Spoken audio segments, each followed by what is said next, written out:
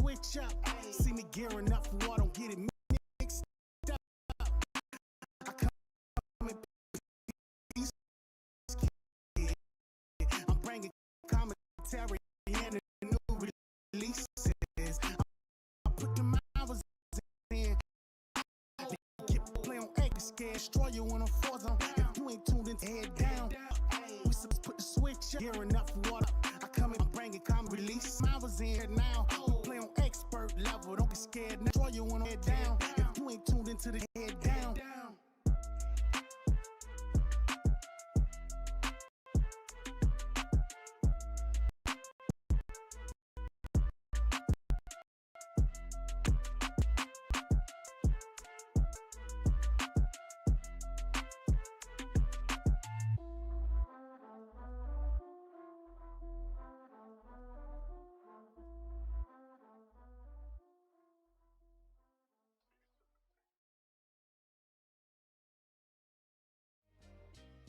Hey everybody, welcome to The Fix. You're here with myself, Infinite Umbra, and my co-star, Daniel J. McG.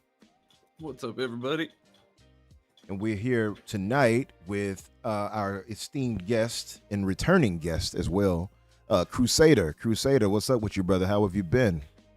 I have been very good because Bungie has decided to not be fuck-ups and have made some incredible decisions going into their expansion coming out this year. And I remember you were kind of down on them the last time we had you on. I was very down on them. Yeah, so that's good. That's but positive. every Destiny players basically going right now, cornered Bungie is best Bungie, because every time that they're back to the wall, they tend to develop very hard.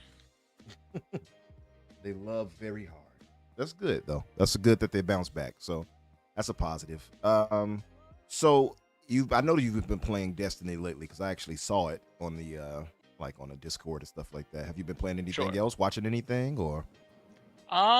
So I'm planning to watch the Fallout show soon. The day that I was gonna watch it, we had a family emergency, and I ended up having to take someone to the emergency room because they tripped over something and hurt their wrist. Oh. And so I haven't watched that yet, but I have been mostly playing Destiny since their showcase a couple weeks ago. I have been playing, like, recently I was, like, playing the Mafia games and LA Noire and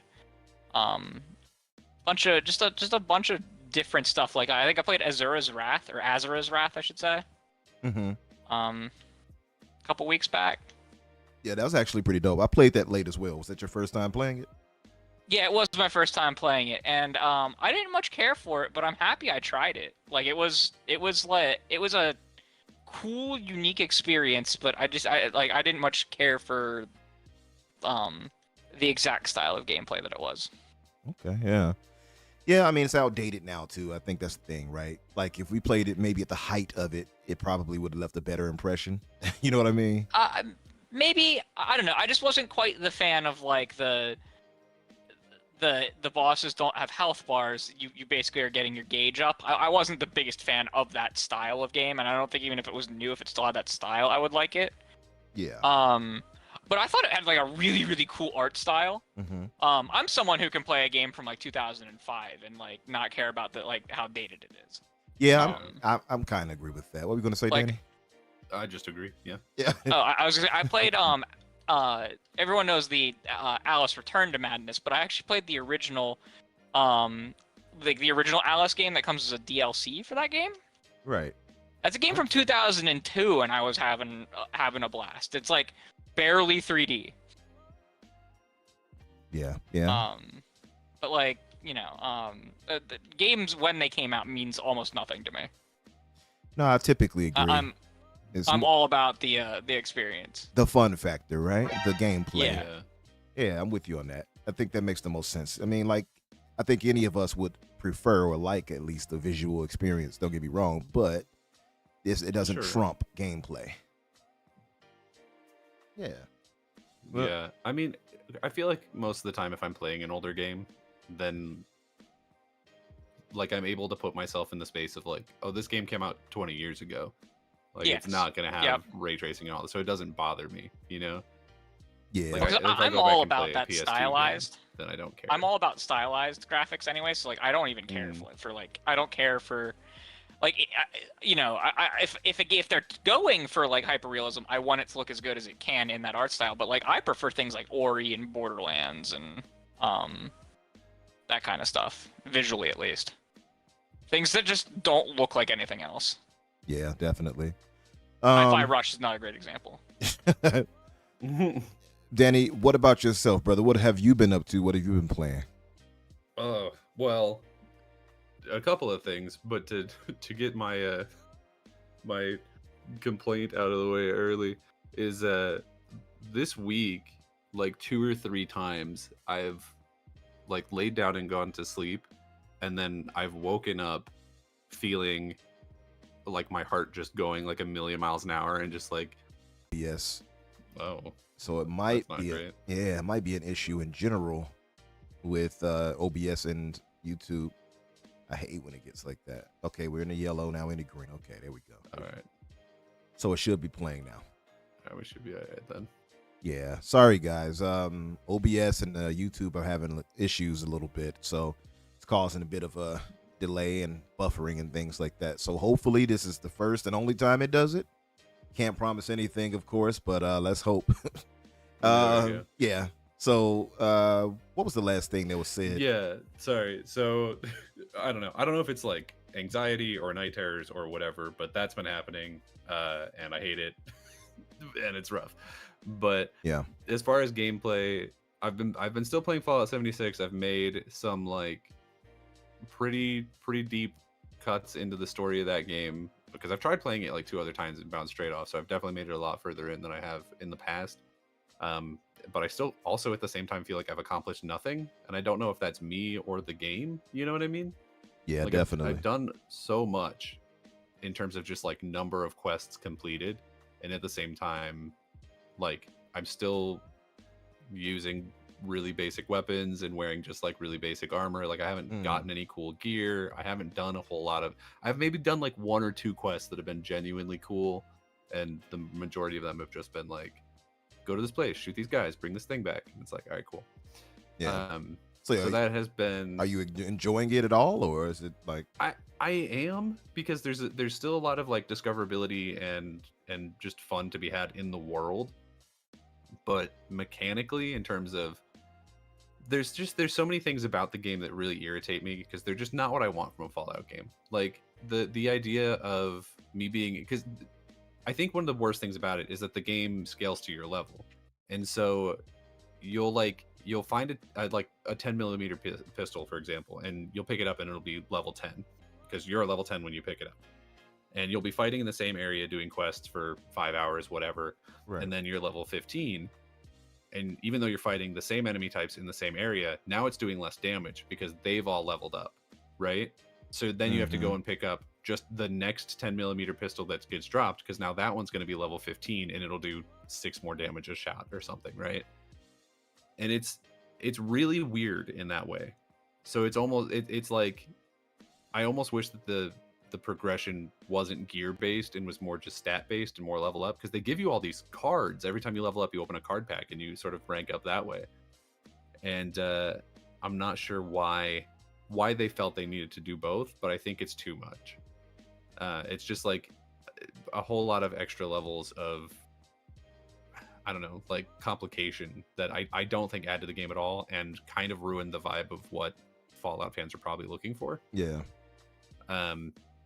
Because it's just irritating. Because on top of that, also, if you go into one of the like quote unquote higher level zones, everything that's in there will still be the same level as you, but because your gear isn't leveled up or whatever, you can't fight them. So you'll cross into like an area, like there's a mountain range on the right side of the map, and if you start climbing up it, even though the things that you're fighting there are still the same level as you, when you shoot them, like you're level 25, you shoot them and the thing pops up and it's like level 25 super mutant whatever, you won't do dick all damage to them, which is really weird. That's like a weird way to there's so many dick, Yeah, I dick don't all get it. damage. yeah, How's it- like it's not that's the descriptor for it. yeah, like there's so much about the mechanical gameplay of it that just does not work. I do think that the game is fun, and I think it would be a lot more fun if I was playing on a private server with friends as opposed to just like random server with a bunch of other people. Maybe that would be, I don't know, more immersive or something, but mechanically the game just doesn't work for me. Yeah. But I Do also your characters move between servers in that game? I don't know. I have to assume so, because it's not like when you log in, you're not always with the same people or anything. Okay. I'm not sure. I know that if you have a private server, you like carry your progression from like if you Okay. get, because you have to have, was it Fallout first or whatever to get a private server, and so if you get that after you've already gotten to like level 50, you carry over all your progression into that, and you can go back and forth that way.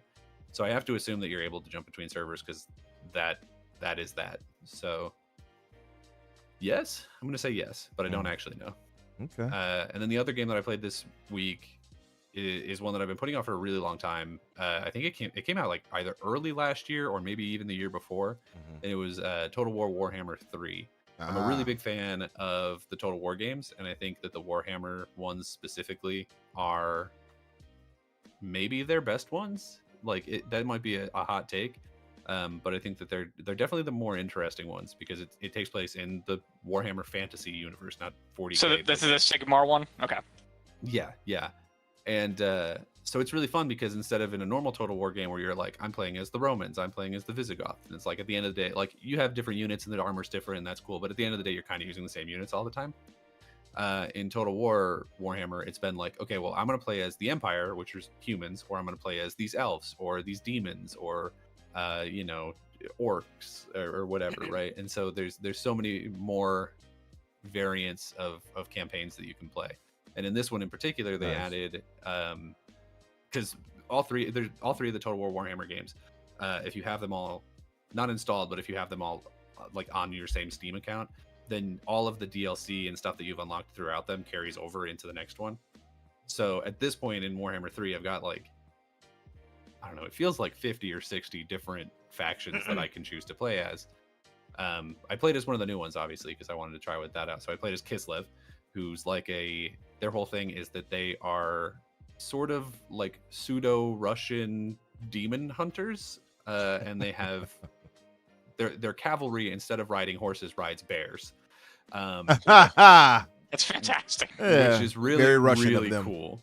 Yeah, and so they have like their witches are like Baba Yagas, and they're casting like crazy spells. It's so much fun, so much fun. Apparently, when the game launched, it wasn't in a good state, and people were really upset, especially with like the first expansion that came out with it. But I didn't play during that time period, so I have no idea what that was like. Right now, very good game. Like genuinely, really love it. It's just a combination of several things that I have always enjoyed, being strategy games and cool fantasy nonsense. So, I mean, I highly recommend it. Highly recommend it. I think it's so much fun. All right. Well, I want to touch a bit on on this game here on the screen currently, which is Contra Operation Galuga, and I was gifted this key here for this game on the PlayStation 5 by the good folks at Keymailer. The description, of course, is in the description, but this game is actually really fun. Now, this right here is a callback to the original. It's modernized. You can see me using the homing missiles right there, for instance. Really dope game. I grew up on things like this, right? Me and my uncle would often play games like this and rush in, attack, and all these other types of, side scroller action games. So this is just a callback to my youth, really, honestly, and it felt really good. I think Way Forward did a really good job with this. Visually, it's nice. It's pretty. It's not like it's not going to showstop anything. It's not a showstopper, but it is really fun. It is multiplayer and co-op. However, one thing that they do, which is the same fault Microsoft fell in with the Battletoads, it does not have online co-op. I, for the life of me, cannot understand why they wouldn't have that. But it does have couch co-op for those of you who still fossilize and play together like creeps. Why would you play together? Stop it. I have a roommate. Right. But other than that, I mean, it's really dope. I actually talked with my nephew, as you guys may have often heard me speak on, who I forced to buy these $70 games with me as recompense for me taking care of him all of his gaming life. But yeah, I'm going to have him actually play through it with me too. I've been sharing screens of this on Twitter, like videos of it rather, but I want to actually give it its due coverage since I was gifted the key, and I'm going to have a playthrough. It probably takes about 2 hours, if that much, max, to play through the whole thing. If it's anywhere near like the classic game, provided we survive and make it through it. What they did do different here is they have the option where you can play. If you look at the top left, you'll see the guy I got, Lance, right here, and you see the energy bars. So I have yellow. They're yellow now. They're green if you haven't been hit. So you get energy bars. You can actually buy more of that. You can buy starter weapons where you start off with powerful weapons like the homing missile here or the spray gun, for instance, and you can turn it back to the classic style where one hit will kill you. Which I'm not going to do because I don't want to suffer, too modernized for that. But it's really dope. I would definitely highly recommend it. It's on many platforms, so it's impossible not to be able to play it, including previous gens. So there's really no excuse not to play it, honestly. If you have the way for it, get it. I would honestly suggest that. I really like it. It's a callback to the classics, and for those of you who like the type of thing. But yeah, again, I want to thank Keymailer for the key. As far as what I've been playing outside of Contra, Operation Galuga here, which, by the way, I don't understand why they called it the Galuga. I didn't really get this. By the way, too, I wanted to mention this is a remake, not a remake, but well, I guess you could say that it's a reboot of the series with this game here. So yeah, but anyway, besides me playing this right here, I have been playing No Rest for the Wicked on early access on the PC. Man, when I tell you that game is special, I think Moon Studios did something special here. It plays on the Souls style gameplay, so it's a Souls type, but it's an action ARPG, right? It's an ARPG, so it's a somewhat top downish disposition, and you do much more though. So what they did is they expanded on it being a Souls type because the combat is very crunchy, it's very impactful. You can use all types of weapons and approaches to combat, and you can actually build up your character over time to, be able to shoot like bow and arrows, whatever you put your stuff into, your stats into. It's really, really dope. What they did on this is that's unique is they added this resource kind of thing to it, right? So you have to gain resources to make food for yourself and things like that. And for instance, you'll build up this town of Sacrament, which is like your base town, right? And you can build it up, and the shop's available to allow for better options for you, be it enchantments to your weapons, be it equipment for armor and things like that nature, or to build up your house. You can actually get a house on here. What the honest weird thing I came away from playing this? It felt like a Souls type Fable game. That's the biggest compliment I can play. It played like a Souls type Fable.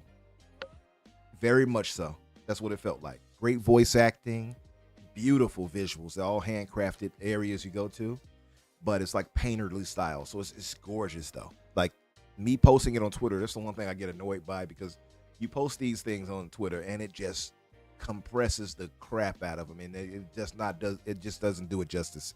Honestly, it's actually embarrassing how bad it is, and I feel like annoyed because I'm paying for premium. It's like, can I get like some HD servers or something? I don't like that, man. But other than that, great game. I also have been playing Fallout 3. So I have been jumping back into Fallout 2 as well. Yeah. The whole Fallout show got me, man. But this one thing is crazy because I went from playing Dragon's Dogma 2 to watching Fallout and being taken by that, and then playing the game for that, Fallout 3, and downloading and buying the entire series. And then No Rest of the Wicked pushed all of that aside. So it's crazy. And of course, now we're on the eve of Stellar Blade. So, I mean, man, my hands are full as far as things to play, I have to say. Full of yams. Full of yams. If only, right? But listen, I want to read these chats here, and then I want to shout out everybody who's here with Yep, us yep. tonight. So Sith Lord, my Chicago brother, what's up? He gives a $2 donation. He says, watching you guys and 2 hockey games. What a night. Oh man, multitasking. And I wish I liked hockey more than I do. yeah, I've tried a same. bunch and just couldn't get into it. What them punching each other wasn't enough for you? No, I like that part. I think it's just like, I don't know. I've just never been able to really Get into it. like. Yeah, I don't know. Like, I've tried picking teams and following them. I've tried picking players and following them, and I'm just like, eh. No, I get it. Honestly, one time where not one time, where the times I was really into it and watching it was when our Blackhawks were in there. They made won all those championships. That was exciting to see. I won't lie. So I get it, the hype behind it for those who do really enjoy it, and I know Sith Lord does enjoy that. So kudos to our brother Sith Lord. Thank you for your support always, by the way, brother, because Sith actually routinely, daily posts everybody whose content that he supports and watches and rocks with, to remind people on Twitter, like, hey, this person is going live today. These people are going live today. It's really dope, and we really appreciate you, brother. And my other Chicago brother, Adidas 20 gives a generous $5 donation. He says, salute, brother. Chi-Town, stand up. And let me give a shout out to everybody in the chat. Thank you all for being here. I'm going to scroll up and just, go down the list and shout you all out as a thanks. Who do we have here? Charlie Hustle. What's up, brother? Hey, thanks for being here. Tryhard fan, the Element Hero, the Shadow, Link Dragon, Wolf King. That's a mouthful. What's up? It's Timmy. What's up, brother? Gray Monad, of course, our mod here. Shout out, brother. And who else did I see? Oh, K Asante. What's up, brother? Shout out to K. PNX, and this is our brothers PNX, their podcast. Can you all guess what PNX stand for? Get one guess apiece. Danny? Hold on, give me a second. Let's see. And Crusader, what do you think? What does PNX I stand have no for? idea. No idea. Take a wild guess. Fill an Xbox. Not a bad guess. What about you, Danny? People never execute. I don't know. Yeah, that's good. 2 good guesses. I'm gonna leave it a mystery Mine until was not a good guess. Neither was mine. I solved it when I went to their podcast. Shout out to my brother El Chapo and Tarzan's. Really good dudes. Who else do we have here? Oh, I see Inked El Chapo in the chat there himself. Oh, hey, what's up, brother? C Steph, my brother C Steph. And Steph, thank you. I hadn't said this to you, but thank you for always sharing links and stuff like that to my fixed chat and stuff like that to help us with news and things like that we might miss. Blue, what's up? That blue number. Shout out to my homie. And who else? We had a few other people I think I missed, unfortunately, because it scrolled up. Palpatine, what's up, brother? And who else do we have? Dusty may be joining us pretty soon. I reached out to him. And Risk It, what's up, brother Risk? Risk had also, going to what we'll be talking about later, his Discord got attacked by some racist idiot earlier today. Like, they hacked it and put a bunch of the racist memes in there and things like that. Like, repeatedly spammed it. Yeah. So, unfortunately, that happened. Wow. But, yeah. And I'm going to highlight a lot of this stuff and this discourse around that later on. Dusty is about to jump in now, apparently. So, listen, we had Everborn scheduled, guys, but it wasn't ever confirmed for sure. Everborn can't join us tonight, unfortunately. We put a rain check on it. So he will be with us again in the future. But right now, it's going to be myself, Danny, Dusty, and Crusader tonight. So I hope Dusty is a worthwhile replacement to you guys and you show him love too. So listen, let's move to the news roundup because we got a good amount of stuff to actually cover. It was a lot of actual stuff that came out, including Microsoft's quarter reports. Some are feeling a way about right now, especially after Satya said what he said today. I didn't even see what Satya said. Oh, let me I think it's shared in there. Actually, you should be able to see it once you look in there. But it's interesting. I'll say that much. But yeah, what do we have for the news roundup, Danny? Well, speaking on the Fallout hype, Bethesda might be teasing something coming off the show. So at one point in the Fallout TV show, Cooper Howard, the ghoul character, is doing a commercial where he's sort of he gives you a telephone number that you can call in order to reserve your spot in a vault, and it's a real number. It turns out if you call it, then all you hear is just some guy screaming, which is Wow. about right. I thought it was really dope. I actually did call that number as I watched the show, and he was like, "No, oh my god!" Yeah. And there's screaming and everything. I didn't know what the hell was going on. So apparently, if you text that number, it'll reply to you, and it'll say that the next appointment is in 33 weeks, which is probably just a reference to the vault number from the show. But if you can type like Y to have it continue sending you updates, and if you do that, it'll add a Fallout contact to your phone, or offer you one that you can add to your phone. So people are thinking that because of that, there will be more news for them to share later, and so that they're probably teasing something. And interestingly, 33 weeks from the time that episode came out would put it like right at the second half of November, when Bethesda loves to release things. So they may in fact cool. be teasing a new something. Well, I don't know remember, what it would be, because that feels way too early for like a trailer for the next season or something, but we'll see. so remember, do we remember the court case documents that leaked out last year? Yeah. In there was listed a remaster for both Elder Scrolls 4 Oblivion and Fallout 3. True. Yeah. So it could be So I Although could I see a don't Fallout know. 3 remake launching this year. that. Yeah, that'd be cool. I'd definitely be down for that. 100%. That's definitely the only thing that we have to like specifically speculate on. Although I will say, if there is any team anywhere working on a Fallout project and we get past the June showcase and they haven't showed it off, I would be shocked. I think if there is any Fallout anything being worked on, we'll hear about it in June for sure. Yeah, definitely. No, I spoke on this before on another podcast where I was saying it'll be really dope if they hit a remake ready for Fallout 3, and I would say, hell, I mentioned part 1 and 2 as well, because I got the entire collection. But if they actually remade those, I know some people, probably the purists, would be like, no, it has to stay strategy and top down or whatever. But if they had a remade part 1 and 2 into the style of 3 and 4, and the rest of the series, I think that'd be pretty cool if they did that as a remake or whatever way you want to I'd almost argue it'd be better to keep them as a strategy, seeing as how well Baldur's Gate 3 did, so that they have some stuff in that kind of genre. genre, Yeah. just to have the genre coverage. Yeah, well, I make sure that I don't think they have any shortage when it comes to that. The problem is they haven't put any other games out yet, really. That's the problem. But they got so much. Yep. It's funny because they have so much coverage now, diversity-wise, Microsoft.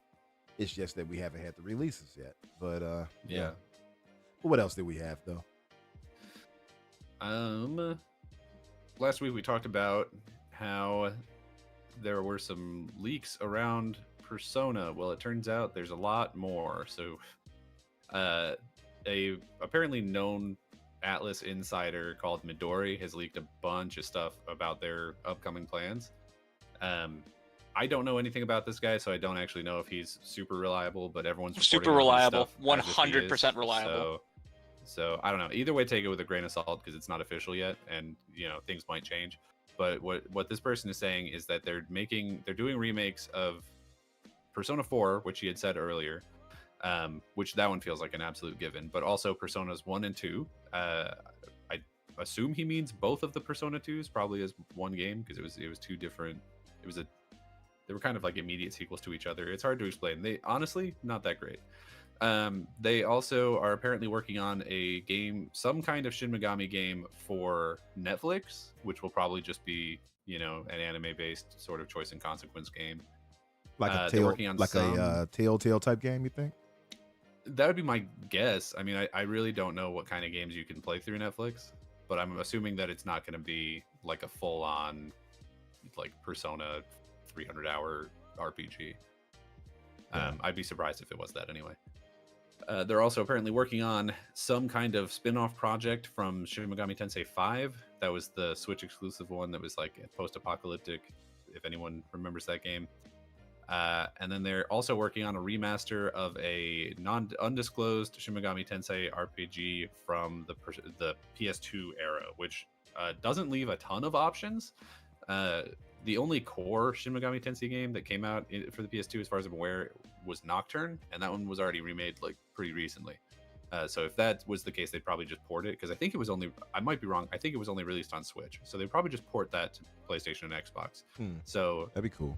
If they're making another one, it would have to be either my choice, the Devil Summoner games, which are the Raido Kuzunoha ones. Those ones, Raido Kuzunoha ones. Those ones are really fun. You play as this like sort of detective, sort of demon hunter type guy. Like he's really cool. With those games, by the way, they had a crossover, I believe, with Devil May Cry. They brought him into there, right? Dante.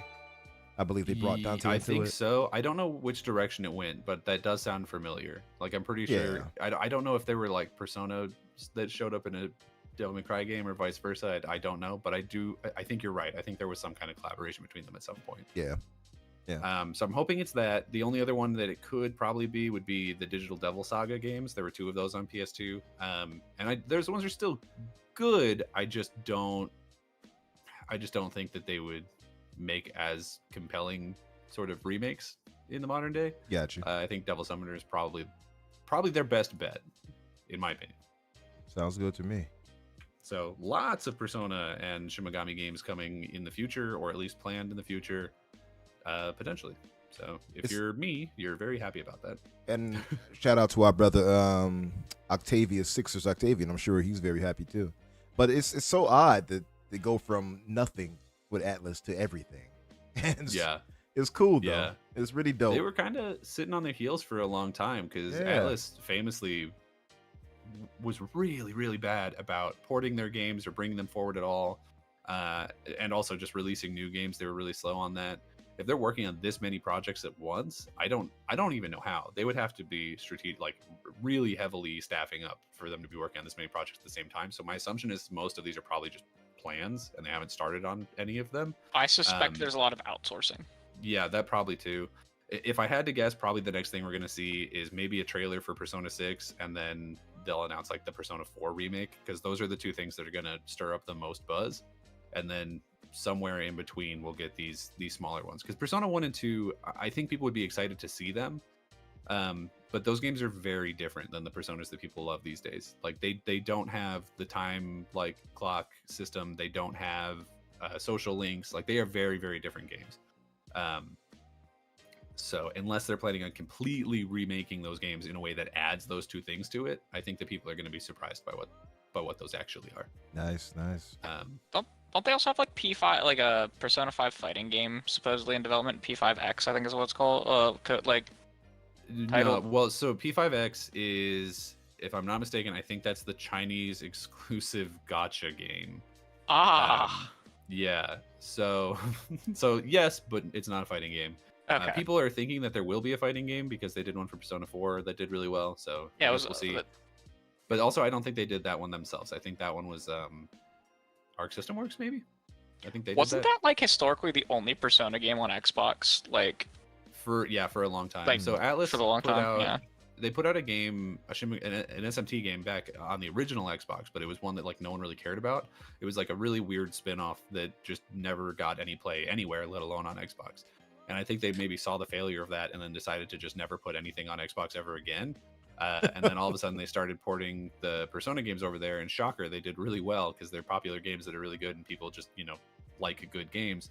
And now all of a sudden it's like, well, what if we put everything on it? What if Persona 6 was color-coded green and launched assumedly day and date on Xbox? Right. Well, there was no risk for them to port all the stuff they ported. There was like no financial risk to do that because Microsoft gave them the Game Pass money, right? Yep. So like they got to port it to Xbox with 0 risk, essentially.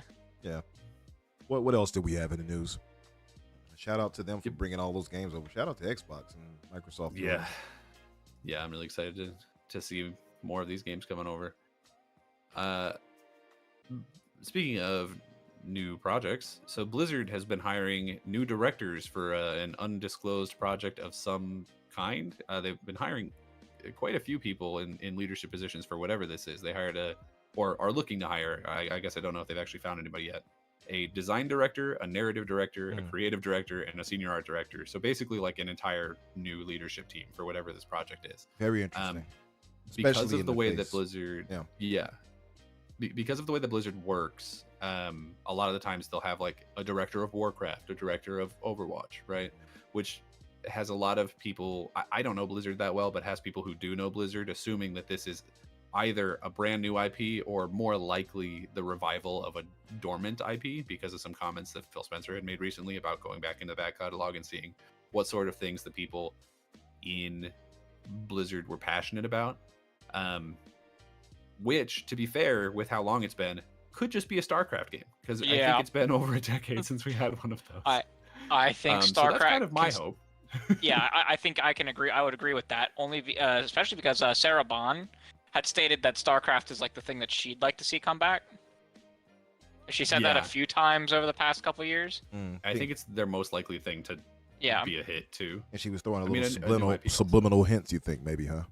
Yeah. I don't think it's subliminal. I think it was just straight up. I want StarCraft to come back. Oh look, we're making StarCraft come back. Like there it is. Hey, this is interesting with the whole Blizzard situation because I mean we may as well touch on it now that they are skipping BlizzCon. You got some news on that? Yeah, I have that here. So BlizzCon isn't like dead like E3 or whatever, but they are skipping 2024. A lot of people are assuming that it's because they're going to have kind of a light year in terms of Blizzard specifically. But they are saying that they will return in later years. They didn't specifically say next year, which for me is mildly troubling. And they also said that even though there wasn't a BlizzCon, they are still going to be announcing Blizzard things at other shows throughout the year. So maybe we do still hear about like the next WoW expansion or whatever at, I don't know, like a Summer Game Fest or like a June showcase or whatever. Or at an Xbox show. Yeah. So like we will still hear about whatever Blizzard is working on. But I guess it just wasn't enough for them to host an entire show, which is a little disappointing because the one that they did last year that was, from all accounts, a big hit for the fan base was also the first one that they had in 4 years because of a combination of the lockdown and all that.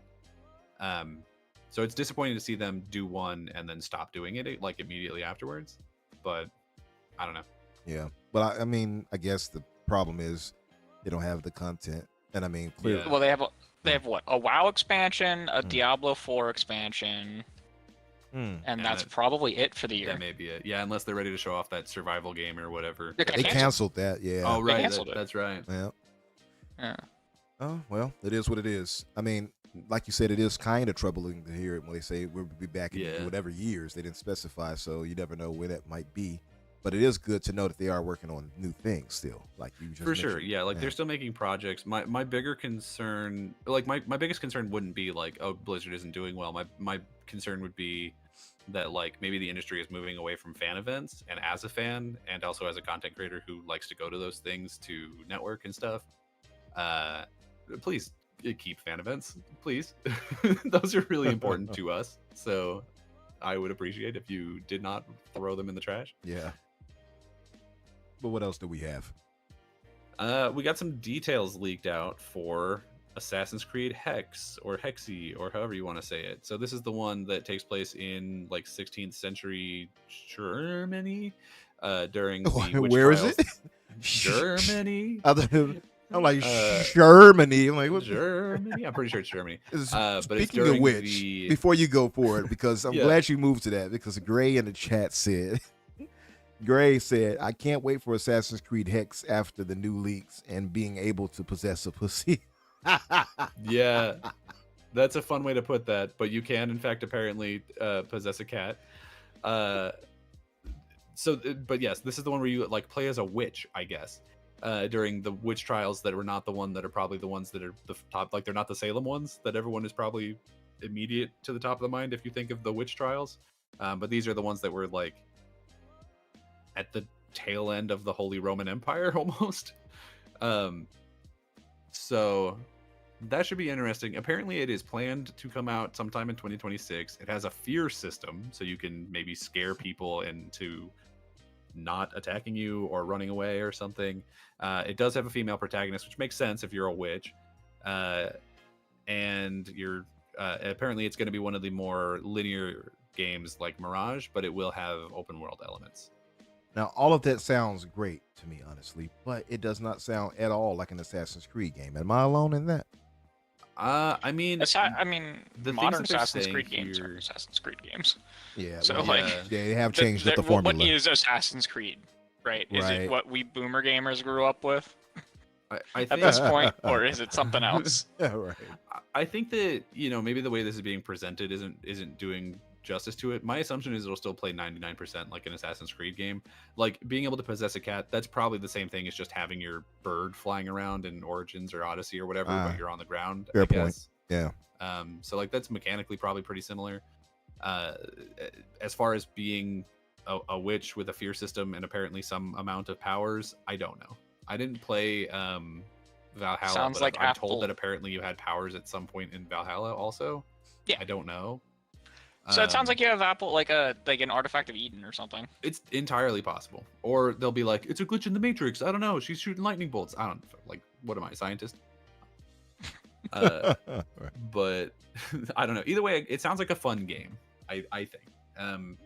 The thing that has me a little confused about it is I think we already got information from it like a while ago, and maybe I'm just forgetting what the information was. But I think Hex is not the next Assassin's Creed. It is not. I was pretty sure Red it was is. Red, right? It's the Yeah. big open world Japan one. Can't wait. So that's the one I'm more excited for because we've been wanting Mhm. Assassin's Creed Japan for a long since time. I was born. So Right. As soon as you were born, you're like, Assassin's Creed, mommy. Yeah. No, I agree. what if Assassin's Creed but Japan? What if Weebs Yeah, 'cause- but Assassin's Creed? Red is the next one that's in the style of like Odyssey, Valhalla, Yeah. and It's like a big open world one. Yeah, 100% most excited for that one, actually. And by the way, isn't that where Yeah. they're going to possibly have the DEI inspired Yasuke? Yeah, you know what? I think they did say that there was going to be a Yasuke. I don't remember if that was. yes, I'm pretty that's sure that that was one. that game. There's been a lot of like Yasuke tech in recent It has. like game and movie announcements. So like shout out to Yasuke. Shout out to Yasuke, I our brother. guess. You know, I I think, think he also got an anime he recently. did. Yeah, There is an on anime, Netflix. Yeah, I think it's the Yeah, fascination. It's really good. Is it? Oh, I gotta watch it. Then okay, It is really, really good. definitely have to Really, watch really it. good. The Uh, soundtrack is amazing, by the way. You know That what's fits. interesting?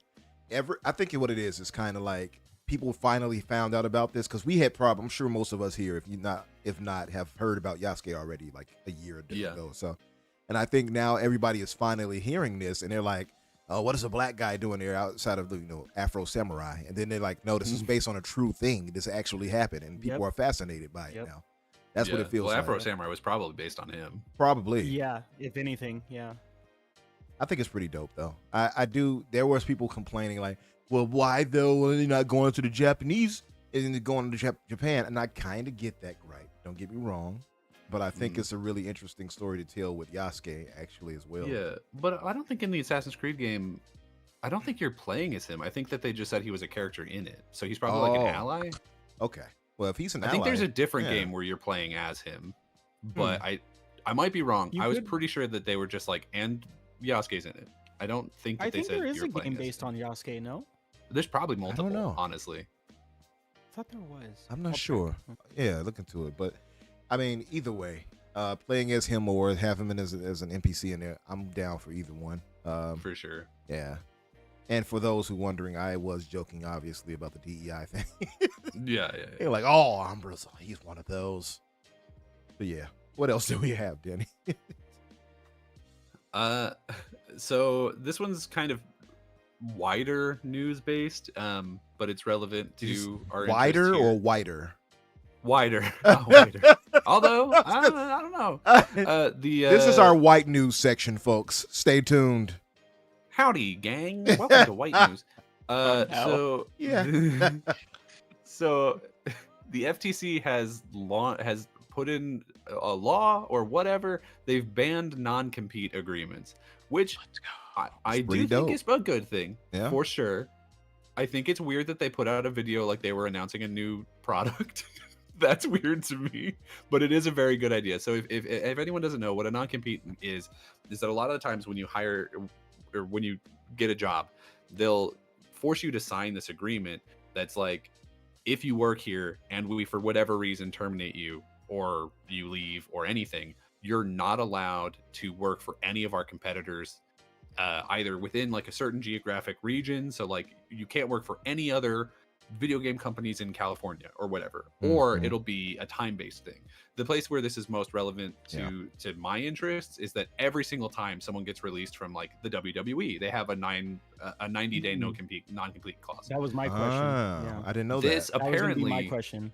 yeah. So this apparently voids all of those. Yes. Oh, The wow. only thing it Voiding- doesn't void Thank is you, God. senior executives at companies. Yeah, so this is Okay. voiding Thank you, God. pretty much all existing non-competes.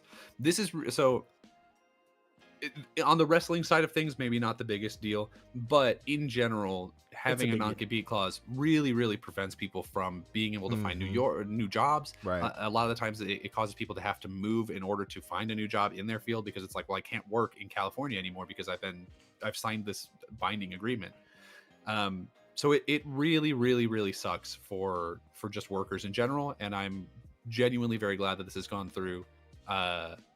I didn't see this coming. I just like randomly saw it on my feed, and I was like, "Oh, They cool." said that they've been looking into this for the last couple months. Okay. And we had heard about it before. We weren't sure if like how it was going to go. It's going to be challenged in court for sure. I believe they've like the Chamber of Commerce has already challenged it. Yeah, I'm sure. Of course. Well, big and- businesses don't want this to go Of through. course. I was going to say No. the Yeah. companies that own And we them were- told them to fight it, I bet. Yeah. But it's But- Well, it's fun. yeah, go ahead, Dusty. What were you going to say? Oh, which one was? I think it was Dusty was saying It was something. me actually. Go ahead, Dusty. No, I was just gonna say that as far as wrestling goes, because what you were saying, Daniel, this is Yeah. actually good for the wrestlers if this For goes sure. through. Because a good example is Cameron Grimes, Trevor Lee. He just got released from WWE, and he Yeah, what a actually put up a bummer. video on X the other day, where he was pretty emotional about it because this was Oh, his that was dream. that guy that was And he crying, can't right? work. I saw Yeah. that. He can't Yeah. work for 90 days for his non-compete clause. And to be honest, as far as wrestling goes, or sports that are related to something like this, this is actually good for the athletes because it sucks that you can't, like, companies can't move forward with storylines or this or that because they can't hire talent sooner and they have to wait till a later date. Talent can't work till a later date, so they have to find other means of income in the meantime, and who knows if they'll even get signed by the time that their clause is up. So it goes both Yeah. ways as far as how tricky this can be, Yeah, and I guess this is as good a place to. I wasn't planning on throwing this in here, but yeah. So WWE has also been doing a round of their own sort of talent cuts. This is not unusual for them. This time of year, they pretty much always. It's like right after WrestleMania, they look into their roster and they make plans of where they see, their storylines going forward. Mhm. And every single year, it includes like several, sometimes up to 2 or 3 dozen cuts in terms of talent, and even more people behind the scenes that we never hear about.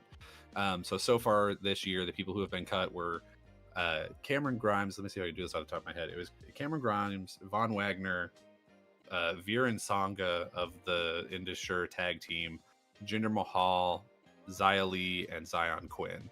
So they've already dropped a bunch of people, and admittedly, these aren't the people at the very top of the card, but certainly the vast majority of them. I mean, I don't really know who Zion Quinn was. I didn't watch NXT, but the majority of them, like, very talented people who we would love to see show up anywhere else, or just be able to start making indie bookings as soon as possible so they can pay their bills. Absolutely. So A little so surprised this by is the a way very that good thing Jinder for Mahal them. was released right after I he was surprised basically by that returned, too. right? Yeah. yeah, he had just Yeah. recently returned. He had a promo against the Rock, which I think, generally speaking, everyone would seem to be pretty happy with his performance in. Like, he was a good heel in that moment. But I guess they just it's very weird that they, a couple years back, before maybe before you guys start, or before you started watching again, Umbra. Yeah. They made this really big push into hiring Indian talent because they wanted to push into the Indian space of like viewer base. And so they had this like whole talent thing, and they brought a bunch of people out on stage, and they're like, we're gonna hire all these people. There was like a girl in NXT whose name I don't remember. They hired a ton of people, and because the people who did the best during that were Jinder Mahal, who already worked there. He was part of 3MB, and then this Veer Sangha tag team that showed up in NXT. They were really the only ones that took off on any level. And so it feels really weird that they're all being released at the same time. Right. Because admittedly, Indus was not like the most amazing thing going in the world, and Jinder Mahal wasn't like super over or anything. Like I understand why they made these cuts, but it does also feel like they're going, hey, this plan to break into the Indian subcontinent didn't work, and so we're gonna just cut our losses here. And it really sucks for the people involved in those cuts. Well, to be honest with you, all of that was a Vince McMahon idea. That's true too. Because of the change in regime, a lot of what Vince had his fingerprints on is now being wiped away and washed away. I mean, it does suck for Jinder at least. Like, you know, the tag team is one thing because they couldn't really find anything for them to do. But for Jinder, it's just like, you know, he, like you said, he came back. He worked with The Rock. He had good praise backstage. He had good praise from The Rock himself when they were going over the promo together. And, you know, the same situation as Cameron Grimes, as I explained earlier. It's just one of those unfortunate things that happens. Yes, it always happens. Yeah, but right now, it just felt so unexpected because of the new regime, because of how everything's been going since 6 months before WrestleMania, maybe even longer. Yeah. I'd say 6 months because Vince was still kind of there, you know, until then. Yeah. So, yeah, you're right. But yeah. He only just sold his last shares of the company like 2 weeks ago or 3 weeks ago or something.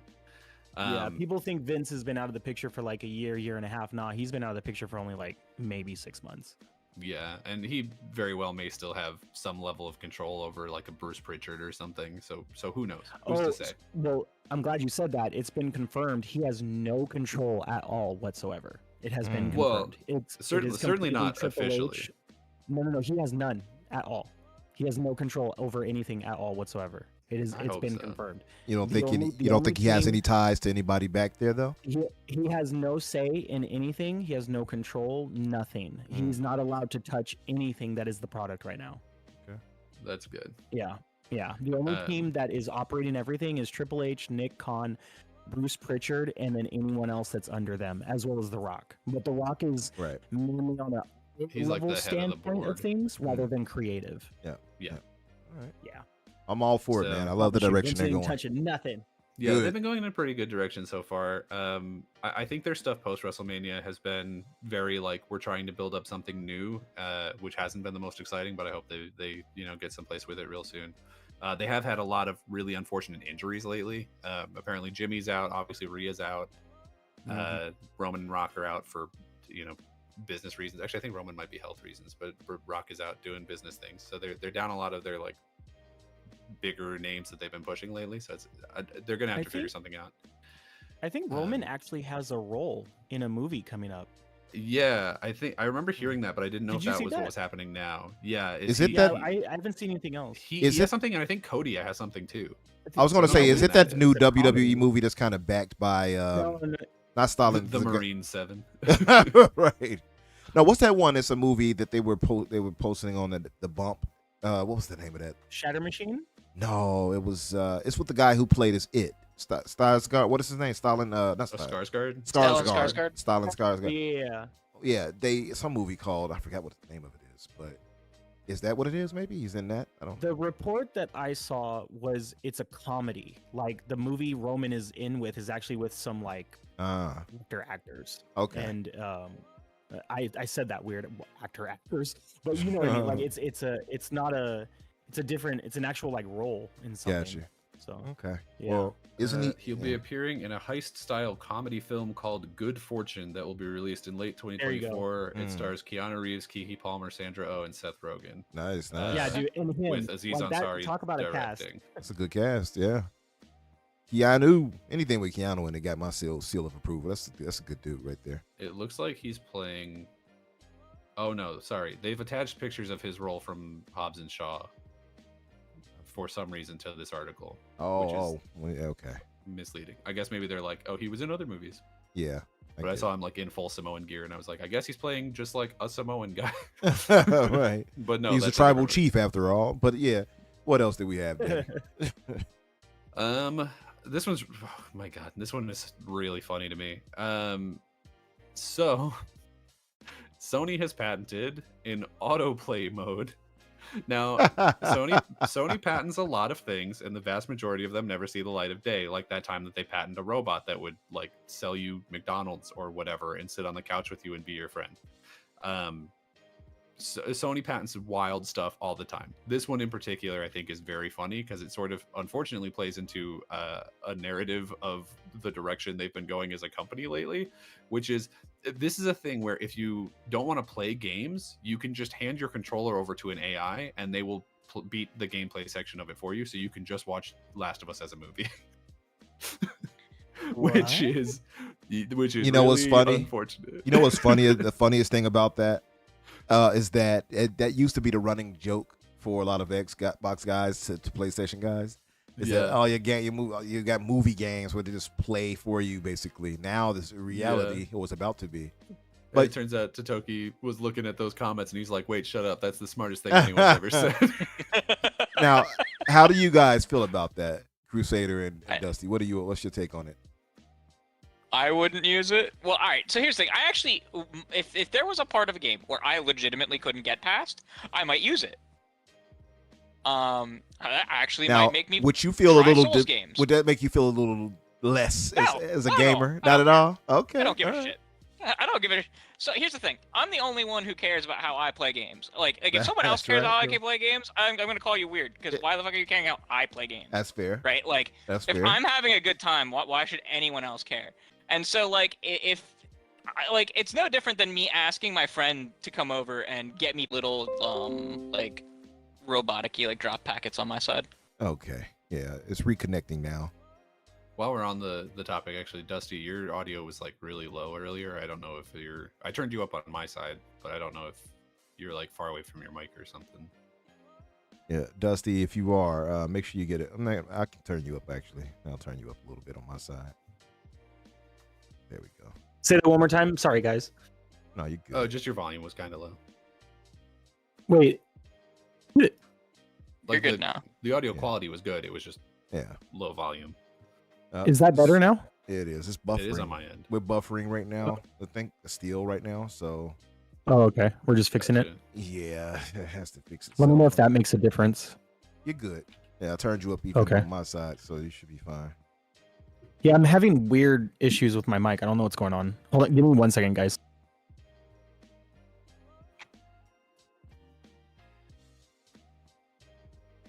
I wonder if there's like internet outages around where you're at. I wonder. I hope not. Let me see. Damn it. My favorite thing, every time I have to call my internet guy, it's like, oh, he's saying it's good now. See, Steph. Every time I have to call my internet guy, Mhm. like I have to sit through the machine for 5 minutes Sure. before I get to a person. Yeah. And every time, because it'll put me on hold between the robot and the person after I've just been like, what feels like talked down to by this robot. And I'll be on hold for like another 5 minutes after that, and it's just like looping every 30 seconds. The robot going, "Your call is important to us," and I'm like, "Yeah, dude, it feels like it. Mm-hmm. I feel In so Central- important right now."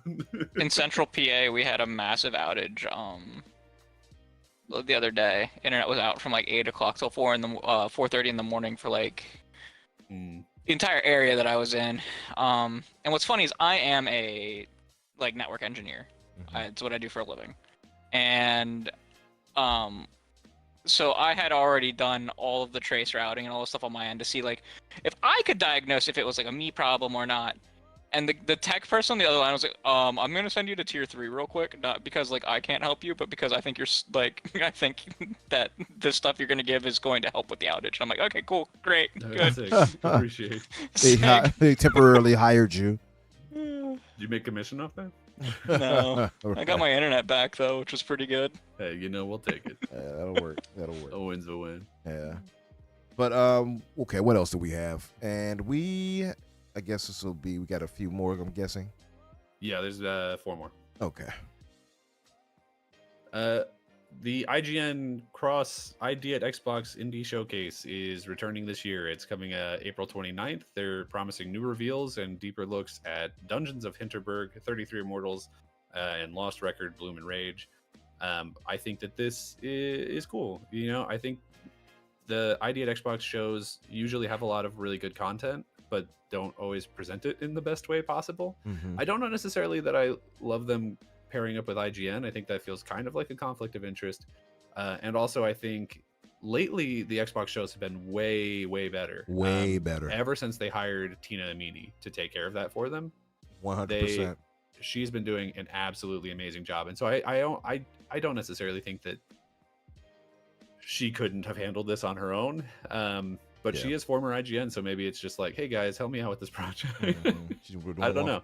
Doing one for the old team, if you will. But you know, that's Yeah. I that's think dope. it could also be the kind of like dual coverage for the indies is like kind sure. of better than just like one of them covering it directly. Mhm. If that Yeah. makes sense. Makes some Push sense. this out to as Um, many people as possible. Yeah, Yeah. because Get like as you many have eyes on these IGN, and small IGN games. hits a super wide audience, and then you have Xbox, which will hit the Xbox audience. Like I actually think that's probably better for anything that's being shown. Mm. That's almost certainly true. I do assume that you know, IGN would probably cover it regardless, but they'll definitely cover it a lot more if they're the ones producing. Well, it'll it, be live you know what I mean? covered. Yeah. Like it'll be like, and they'll have all the coverage ready, right? Like no one will be waiting for like it won't be them like rushing to get articles out. The articles will be pre-made. Yeah. Good point. By the way, what games would you guys be most excited to see in more info about? For me, it would probably be 33 Immortals, but out of what's listed at least. What about you guys? What's of those Hinterberg three? was what's listed? Yeah, of those three, I'm looking. So we're all over the board because I'm looking at Lost Records, Bloom and Rage. I love those like Tell Me Why, Life is Strange type games. Yeah. That'd be great so too. I'm really looking forward to that. But what I'm really looking for, as always, every day I wake up, I pray to God for the you Hollow gonna Knight say it? Silk Song release date. Yep. So Yeah. you know, will it happen here? I don't know. Silksong has paired with ID at Xbox before, like they've shown up on Xbox events, like That's a day one game in the pass. past. At the same time, it's like, would they show up here when the June showcase is right there? And I feel like Yep. Hollow Knight sort of like bridges the gap between good indie point. and like a major hit. Yep. So I don't know, but that's what I would love to see. It's been a long time coming for Hollow Knight If Silk it's Song. not here, I Yeah, think well, it'll the be team's at like the 4 summer people. event. So Yeah. Team Cherry. Australians, right? Australian for beer. Yeah. probably. Yeah, it's Australian brothers Yeah. and sisters. But If yeah, it's that's not dope. here, it has to be at the June event though. Like, I hope right? so. Like, We need to see something. because the store page went live, and Xbox executives were like tweeting out that the store page went live, like Yeah. a couple weeks ago. So like, Eh, it has to be shown Absolutely. soon. There's Is it this definitely or an is it June? announcement. But speaking of which, speaking of having to be shown soon, what the heck happened to Octopath Traveler 2? Yeah, I don't know. But to be fair, also when that game came out, I feel like I didn't hear much about that game in terms of like, because when Octopath 1 came out, it was the biggest thing. Everyone was talking about it for like months. True. The second one came out, and I feel like it just kind of fizzled. I don't know if that's accurate. I don't know if it was a bad game. I didn't play it, obviously. So we have to remember it came out last year, which Yeah. was like the year of years for gaming, Mhm. That's fair. That's true. and I don't think it stood as much of a chance to get coverage. That's true. Also, I Um, would say that it was more limited because it was only on the Switch, right? No, it was on PlayStation. as well. PlayStation, should I say? Yeah. Wait a minute. Was it, It was on on, Switch? uh, It was on both of them, right? Or was it just the? Yeah. Okay.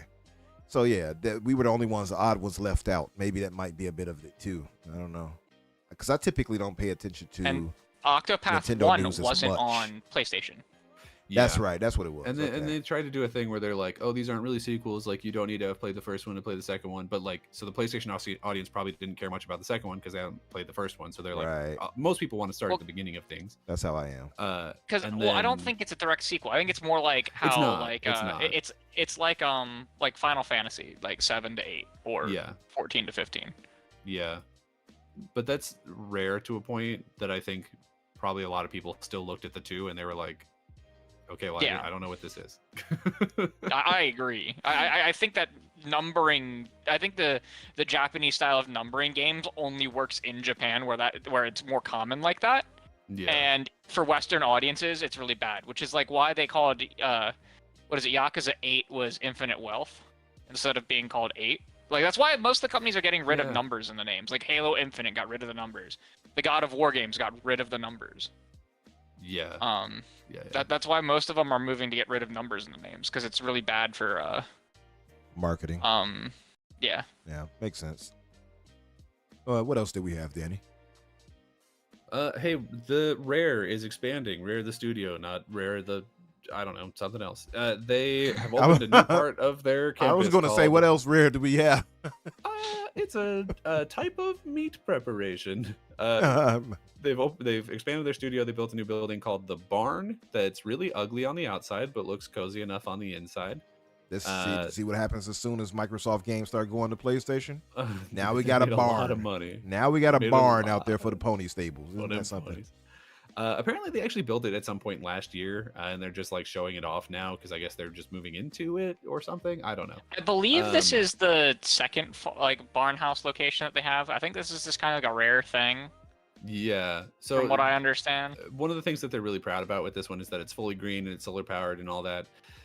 But one of the things that interest me most about it is that it seems to imply that they are sort of staffing up now that they have all this like greater real estate to hire people, which implies maybe they are going to be able to have either more games in the works or faster completion times on the games that they're working on.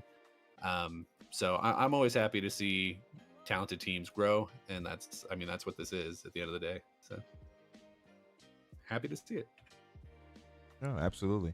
I mean, the thing for me with Rare, and I've said this before, is that it's cool that Sea of Thieves is doing so well. Happy for them, you know. Yeah. Yay, continued success. Where are your other games at? They have too many like classic IP not to have any of them out. I think it's a waste. Yeah, well, because we knew they were working on Everwild, and then that kind of just like didn't happen. Right. They put a new person over, right? One of their vets. I forget his name right now, but third person. Yeah, third. That was wow. Yeah, I don't have high hopes for that game. They definitely showed it off, obviously, way too early because the reports were that they didn't really even know what that game was at the time that they showed it off.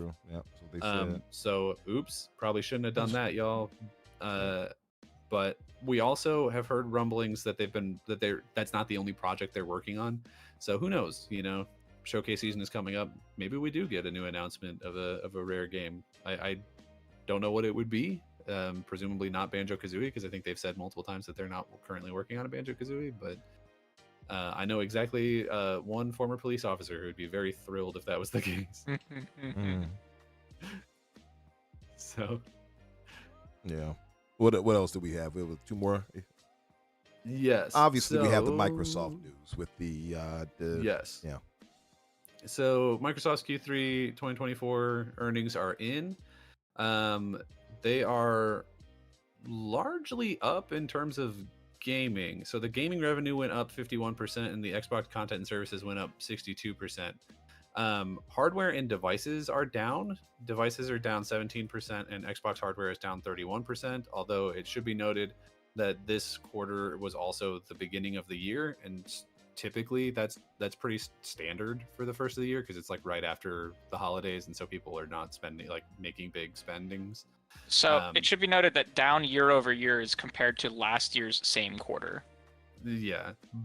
I don't know. Which was also down 30% over the year before it. Oh, okay. Well, so hardware's not doing well. Okay, well that's weird because I just read it off the Tom Warren tweet, and he was saying that it was normal for it to be down. But yeah, it was expected to be down, but it's down way further than like people thought than it should. Yeah, I guess.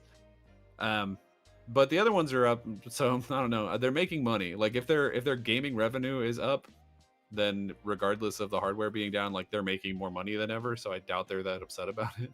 You know, it's so odd though, right? Because it's down 31% is it? 31% in hardware. Yeah. Devices are down 17.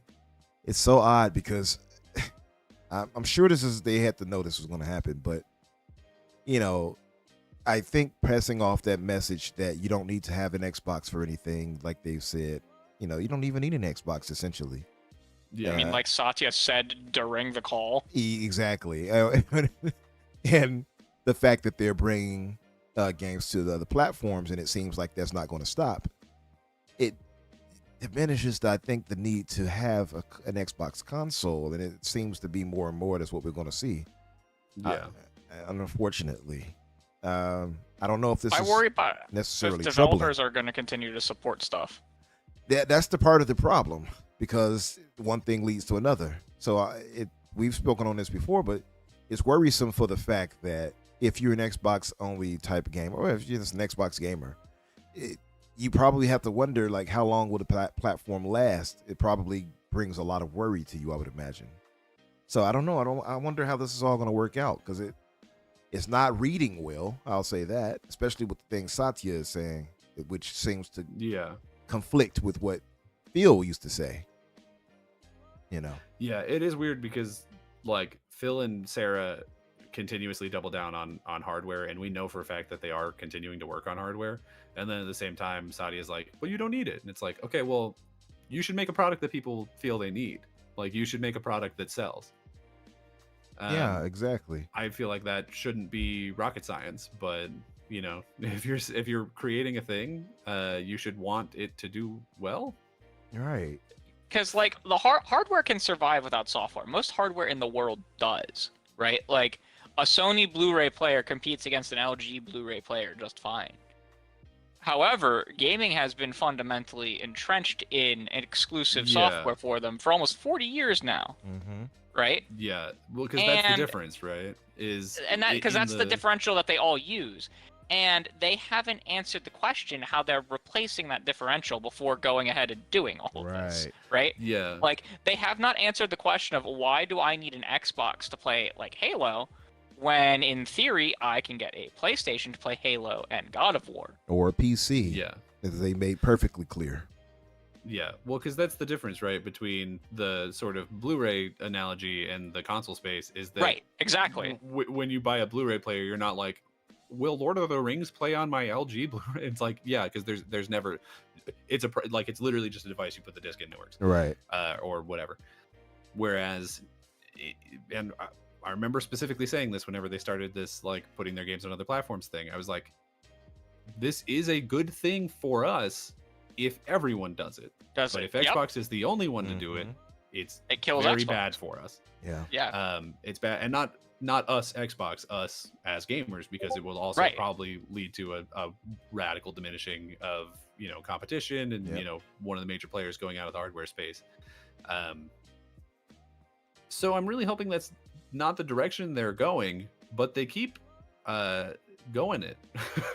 Like they're making a lot of choices that I'm just like, this would make a lot of sense. Like in some ways this makes a lot of sense. You're definitely going to make more money, but you're also boxing yourself out of the console space entirely, which only makes sense if your competitor is doing the same thing. And we're starting to see that maybe PlayStation is going to start doing the same thing, but they're doing it a lot slower. So one of the other news items that I have here is Helldivers 2 and Kenna Bridge of Spirits are apparently being talked about as coming over to Xbox. So that's a first party Helldivers second party. Kenna's not, is it? No, it's not. Kenna's but not. Helldivers is a second party PlayStation game that they like own the publishing rights to and everything. And Kenna was just like a timed exclusive that there had been some idea that like they kept extending this contract to keep it off other platforms, and I guess they've decided to stop doing that. So like PlayStation is continuing to make decisions to put more of their games on more platforms. Obviously they're starting to put more and more things on PC, and then we've seen recently, and I know people always like to downplay it, but these are still decisions that a PlayStation has made, is they could have chosen to not put MLB The Show onto Xbox. The result would have been they're not making MLB The Show, but they chose to publish it on Xbox and are probably happy with the numbers that they're seeing over there. I would imagine. It's the same thing is true of Destiny. Going forward on the Bungie games like Marathon or whatever Destiny 3 turns out to be, because we know those are going to be on Xbox. They've said as much. But PlayStation made the decision to purchase Bungie with a contract in place saying that they would continue to be able to put their games on Xbox, right? That's true. So like these are choices that PlayStation has made, and I think that that we talked about this I think just last week I am 100% confident that this sort of thing is going to continue to happen at PlayStation, where Mhm. anything where they can have these like loose justifications of like, yeah, but that's not a real exclusive going over to Xbox, they're going to continue to do that. Mhm. Second party titles are going to start showing up there. A lot of the games that they have like exclusive contracts with, those are going to start going over there. I wouldn't They're be gonna surprised. I service. wouldn't be They're gonna start surprised doing that. outside of games of service. Again, I've said this before as well. That if Disney forces their hand and maybe Spider-Man On and games Spider-Man. like that, yeah, those might It's come entirely over as possible. well. Yeah. And we know that with how much money they have to give to Disney for that, they're probably looking at ways to make more money off of those Yeah, titles. that's a good point. Especially since from those leaks we saw that they're basically doubling down on Insomniac not making any original content ever again and just doing Marvel stuff. It makes my heart so- break. Yeah, it's not great. I don't love that personally either. Yeah. But if they're going to continue to do that and continue to pay, out the nose for these licensures from Disney, they're going to need to find new ways. They're going to have to make more money off those titles. It's the only way. And so I think that they're going to be like, Disney forced our hand. Now we have to put it on Xbox. But, Aw, really, man. They want the money because why wouldn't they, right? Yeah. So I think that that's going to continue to happen. I think we see the Death Strandings. I think we see your Stellar Blade. I think is second party technically. I think like what Rise of the Ronin, like those sort of things. I think we're going to start seeing more and more coming over. Yeah, I'm sure that that Tecmo wants Rise so- of the Ronin to come over to more platforms anyway. As terrible as it performed. Oh yeah. Oh, and anything that they put out, I think it'll be that, and then it'll be all of their live service things. Even the first party live service things, I think those are going to come to Xbox. They might not 100%. launch on Xbox, but they'll go to Xbox. Well, because one of the things is, they definitely have all the data from like Destiny 2, and they have all the data from MLB The Show.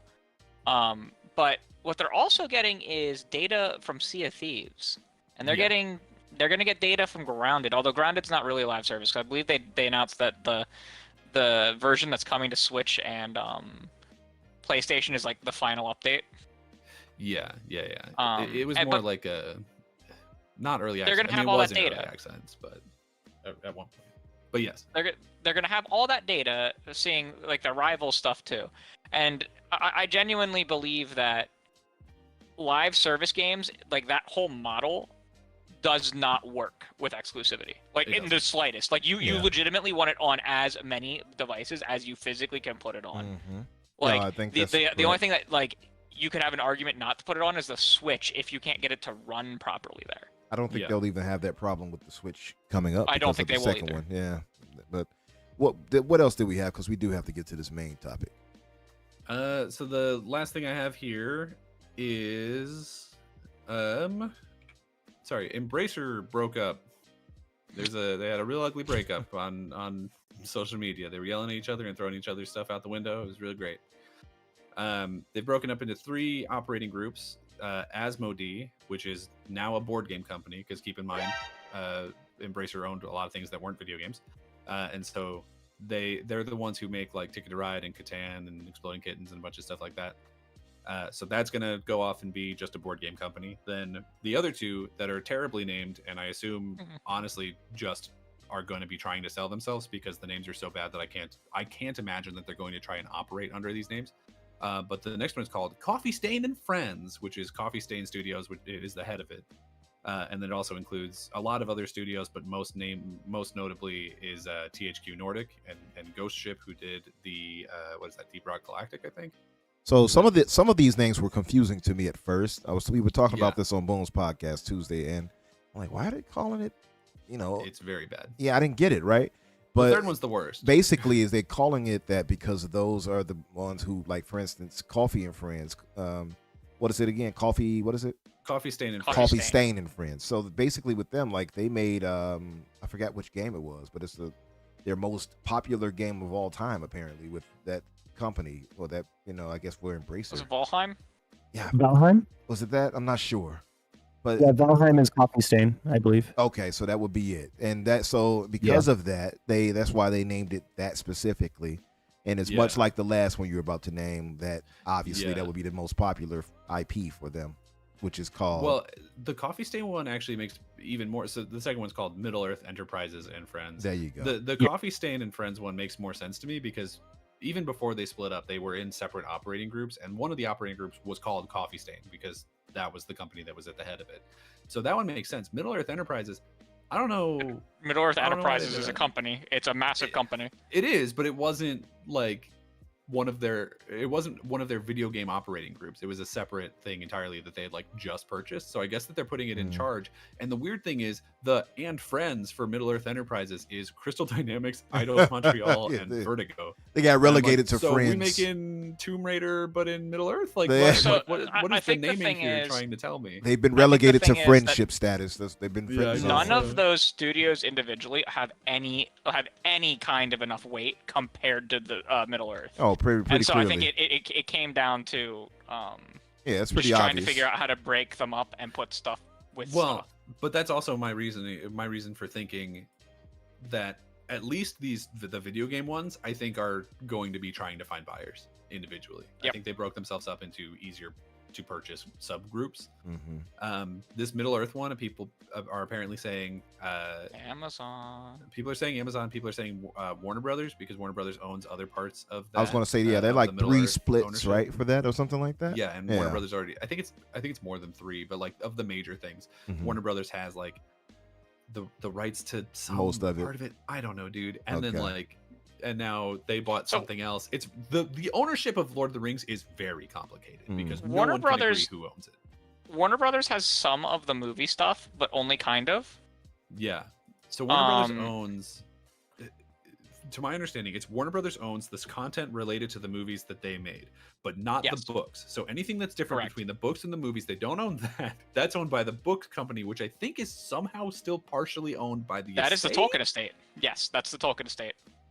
Yeah. And the Tolkien estate Um, historically has been real assholes about new Middle Earth content, where they're like, well, that includes Tom Bombadil, and Tom Bombadil is a book character, so you owe me money, punk. And like they will just like go to bat like they have nothing better to do all day. Is Tom Bombadil a real character? He's a real character. Yes, Okay, yeah. Tom I just wanted to Bombadil make is sure. like an incredibly core character to the books. Okay. All right. Um, I'm like, you just he made is- up that name on the fly. It's pretty creative, but okay. I'm real good. So listen, one of the news bits that we had that leads to what we're talking about here is Stellar Blade is releasing today. Also, its reviews came in. Do you have anything to show us what their review was total? What their score looks like? I didn't, but I can pull it up. I assumed that it was going to be just the main topic, but yeah, I can grab that for you. Let me see. Stellar Blade. On Metacritic right now, it's sitting at a 82. 82. With Yeah. a generally favorable.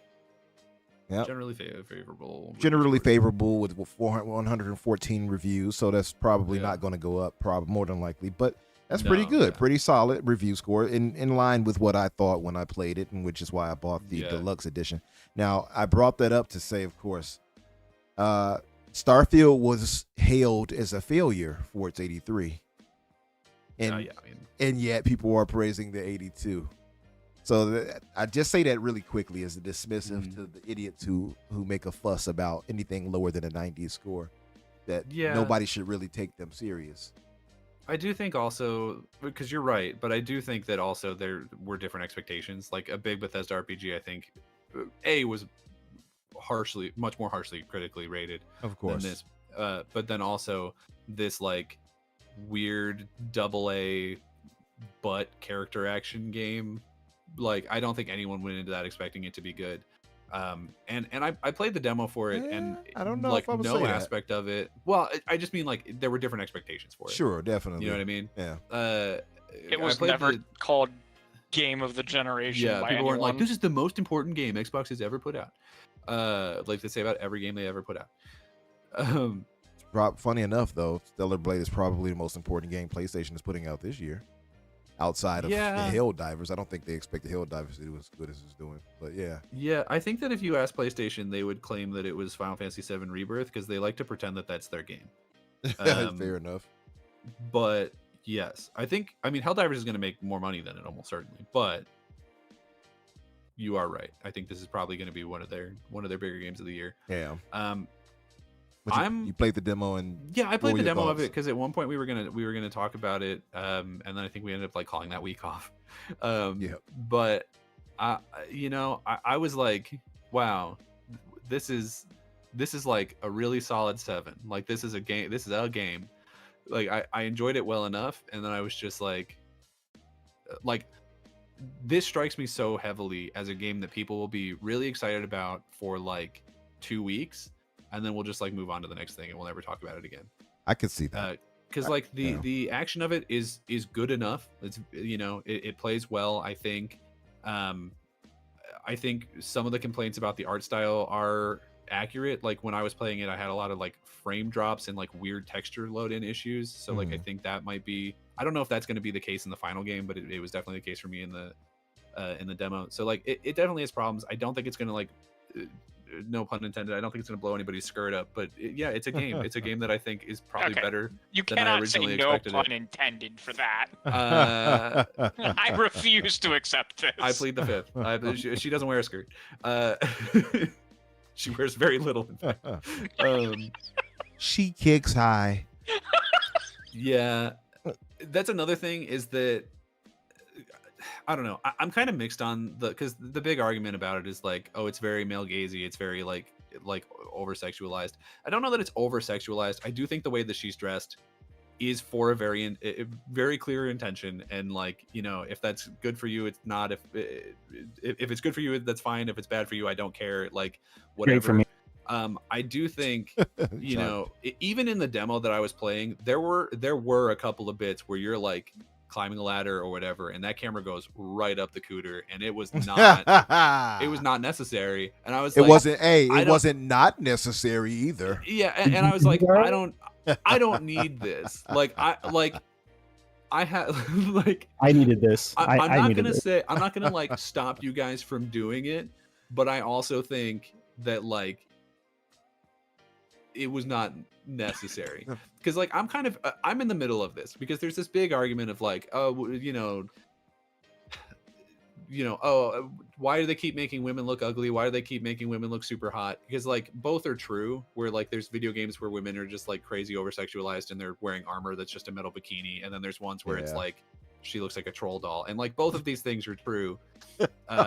And just depending on what side of the argument you're on, maybe the other side seems louder, but both I think are equally loud. I think it for has me, become very equally loud lately, right? For me personally, I'm just like, if this is what the studio wants to do, Godspeed, let them do whatever. Like if they want to have either side of this thing, if they're like, we want to only have like women who are super gross, or we only want to have women that are super sexy, then like that's fine. I'm somewhere in the middle where I'm just like, just make a game that I like playing, and I'm fine. Pretty much. And this is where a game that I think is fun to play. Absolutely. But I don't think I'll think about it much. You know what I mean? See, now this is where I agree with you on. I agree with a lot of what you said there. And the thing for me is a lot of people wrote this off, and even I was like, it seems like it's superficial. And it is in a way, right? Like clearly they're appealing to the sexual being, like, they did it on purpose, because absolutely. They said like, no sales. But I will like, say, oh, I can't believe that people think that we make the character hot. Like, right? No, how could they? 100%, that was the plan. Exactly, it was the plan. But what they did do is nail the combat in the feel of the game. So even though, those things that people might not care for, whomever they are, or they might care for, like Dusty, right? But what they did do is actually nail the gameplay. So the thing is that it's pretty, but it's actually functional. So I'm all for it for that reason. And when I played the demo, I was skeptical. I was like, and I started playing it, and I was like, this is legitimately fun. And it's a solid Souls type. So it's not a your boat Crusader, but it is a solid Souls-like game. I have to give it credit. And the more I played it and saw like the trailer for afterwards of what's to come, you know, the traversal, and I was like, oh, you know what?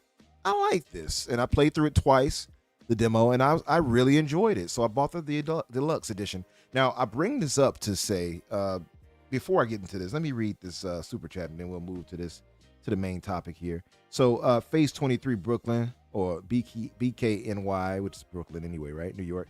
He gives a $19.99 $20 donation, more or less. Thank you, brother. He says, I wouldn't hold my breath for Helldivers 2 on Xbox, and MLB published the game on Xbox, not PlayStation. Why would Sony put their games on a platform that doesn't buy games? if it's not on Game Pass. Hey. I mean, PlayStation why does would buy they- games why would- more than Wait, Xbox, people but don't buy they're mostly games if buying it's- Xbox games. No, he's So- saying Why Xbox. People would, don't buy games if it's on Game Pass. What? He's saying that What? Xbox guys don't buy games. That's what he was saying. Why? Why are why you would- continuing with this stupid narrative? Thanks for the $20 though. Yeah, thank you for the donation, but Hey, can I be completely honest? Like, Dusty, you sound muffled. I'm really thankful for the Your donation. mic's a little close to your mouth. Yeah, sound muffled a little Now bit. it is. Okay, is that better? Yes. Yeah, it's much better. Okay, so thank you for the donation. There's nothing wrong with that, but the only part of that donation where this narrative about Xbox guys don't buy games because it's on Game Pass, that's so weird. Why are we still saying this? Hasn't it already been proven otherwise? Yes. It has, yeah. Like Yeah. countless times, guys. times. Like, can we please stop convincing ourselves that, oh, because games show up on Game Pass, why would you even buy them? Because it's called collecting games and having your own library and backlog that you love. People do this normally all the time. I don't. Well, Can we also, stop with people that? buy games that aren't on Game Pass. Mhm. On Yeah. Xbox. So like, Yeah. Sometimes I buy games that are on Xbox or on Game Pass because I get the discount on it. I know That's they true. will be Yeah. on there forever. Exactly. I've done the same. And sometimes I even buy games because they're leaving Game Pass. So I'm like, oh, let me buy this game so I Yeah. have it. but or like you end up buying DLC or stuff for the games. I that would you're- also add to that. they spent $3 billion on Yeah. Bungie. But Bungie put their games fucking No everywhere. disrespect, but just No, why? Let's stop that. Also, narrative. let's add to this point that Phase 23. By the way, keep in mind that a lot of the games that that could possibly come over, like a Spider-Man, for instance, I would guarantee that it'll sell several million on Xbox. Yes. I don't know how Oh, many yeah. millions, but it would sell pretty well, I would imagine. That, let's say a Wolverine or whatever it may be that they bring over, those will sell pretty well. So that whole Well, argument even- doesn't really work for this because it's not like these are Yeah. some niche titles. These are major Yeah. releases. Well, even Helldivers, which is arguably maybe was a niche title before. Maybe I think was, it's, yeah. pretty popular at this point. Absolutely. But it would definitely sell well on Xbox. Like I think it's pretty much selling well everywhere. I don't Yeah. know why Xbox would be any different about that. I Also, agree. it's like $40. Like it's such an easy buy. It's affordable as hell, and it's like you said, it's viral, and it's right in the wheelhouse of Xbox gamers. I think that would do For sure. exceptionally well. That Saying said, that Xbox gamers don't buy games is the same as saying PC players only pirate games. It's the dumbest fucking shit I've ever heard. yeah. So that said about Matey, I've never pirated a game. our And no disrespect, but just saying. no, it's always funny when people say like something really disrespectful about somebody. No disrespect. Yeah, I feel like that's almost always said when disrespect is It's lightly. true. meant. It's true. right. No disrespect, but all disrespect. Let me tell you. No Maybe a little disrespect, bit. but you're a dumb piece of shit. Okay, just want to no disrespect. That's how I live my life. And you gotta Yeah. say it like Italians do, like, hey, no disrespect, okay? But you piece of dumb shit, okay? No, but so there was a controversy around this now, and then this is part of our main Yeah. discussion here because this whole situation. Now I'm going to switch scenes. Let me change scenes here. Okay, so as you all can see on the screen here, our esteemed how do I put his name? How do I put this? Our esteemed failed developer now, or at least associate Oh, of I have way development. better words that can be used to describe him, but I don't know if they're appropriate for the show. Grums here is part of the people who is part of the title, which is the Grift. And I'm pretty sure anybody who's seen his tweets will agree with that. Now, there was a bit of controversy with Stellar Blade here, where they had obviously the hard R here. Let's see if it loads. There we go. Now, the hard R was in their game on the wall. And most of So- us here in America would know what hard R is referencing. Yeah, so I'm unfamiliar Unless with you're, this because you unless you're mentioned it to me in the sort of chat Oh. earlier about like this whole controversy, and I haven't really been on social a lot. So Mm-hmm. Yeah. what happened? It's So- just like written You're- on a wall somewhere. So There's basically- graffiti of the word hard, and then the word there's like A for the shop. cafe that's next to it is literally just an R, Yeah. and it just says hard R. So if you look at your screen, Danny, Yeah. look at the video screen, you'll be able Yeah. to see it. So basically, it's graffiti on the wall that says hard, then it's the R next to it, right? So now, this is the thing. So this was placed on there in the game, and they've corrected it, of course, after people were like, "Whoa, what's this?" And then they changed it to this: Crime R. Better, right? And then Better. Hold on, better, right? But Uh, no, wait, Nope. there's more. Crime R. Crime R Primer is a. is also Is go- also a yeah. derogatory term. Is it really? it is. Yeah. There's so many slurs. I Yeah, can't keep primer. up. Yeah. Yeah. Primer is also derogatory. It It is. sounds like Which I never heard before. like a mafia version of Slimer from Ghostbusters. Like that's where my brain went. That's what it was. Crime I R. genuinely believe that these Korean devs have no idea and They just don't don't. have a Yeah, good, they don't. whatchamacallit. I would imagine they don't. Now, I can't dismiss it, right? So I want to say this too. Like, this is my take on it here, and as somebody's black, specifically who this would affect, right? Maybe, right? Yeah. I don't believe that's the case, but I have no proof to dispel it either. And to be fair, Yeah. Same.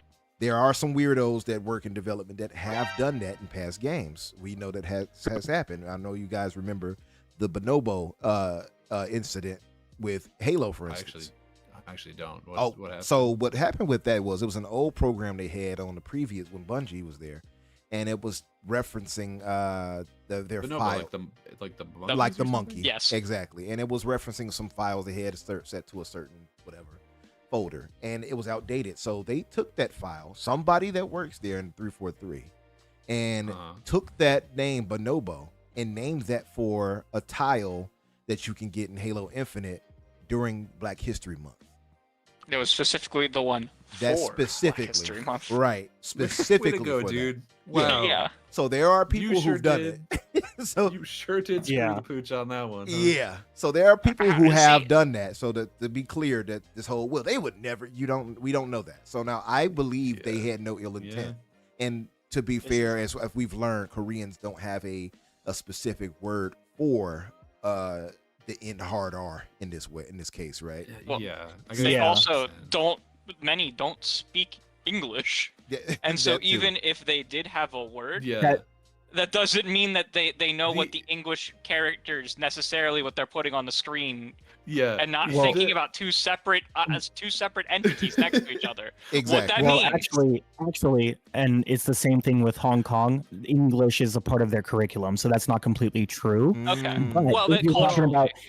about cultural slang cultural. and words Yeah. that stand for certain things like that, in my experience living in Asia, I can say I Wait, don't Dusty, think this Dusty. was on, Like, I don't think they're gonna know what a fucking glizzy one is. second. Yeah, I don't one think it's second, on guys. purpose. 1 second.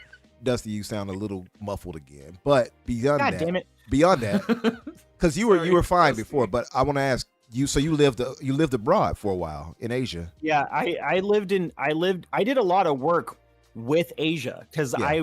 I'm a dancer, as everybody knows, Mhm. but I did a lot of work with China, artists in Taiwan, China. artists within Korea and Japan. Yeah. And in my experience, because even Hargeet kind of went off yesterday, not to call him out, but I have Yeah. to bring it up. Mhm. He straight up said, China is racist, and I've lived there. Mhm.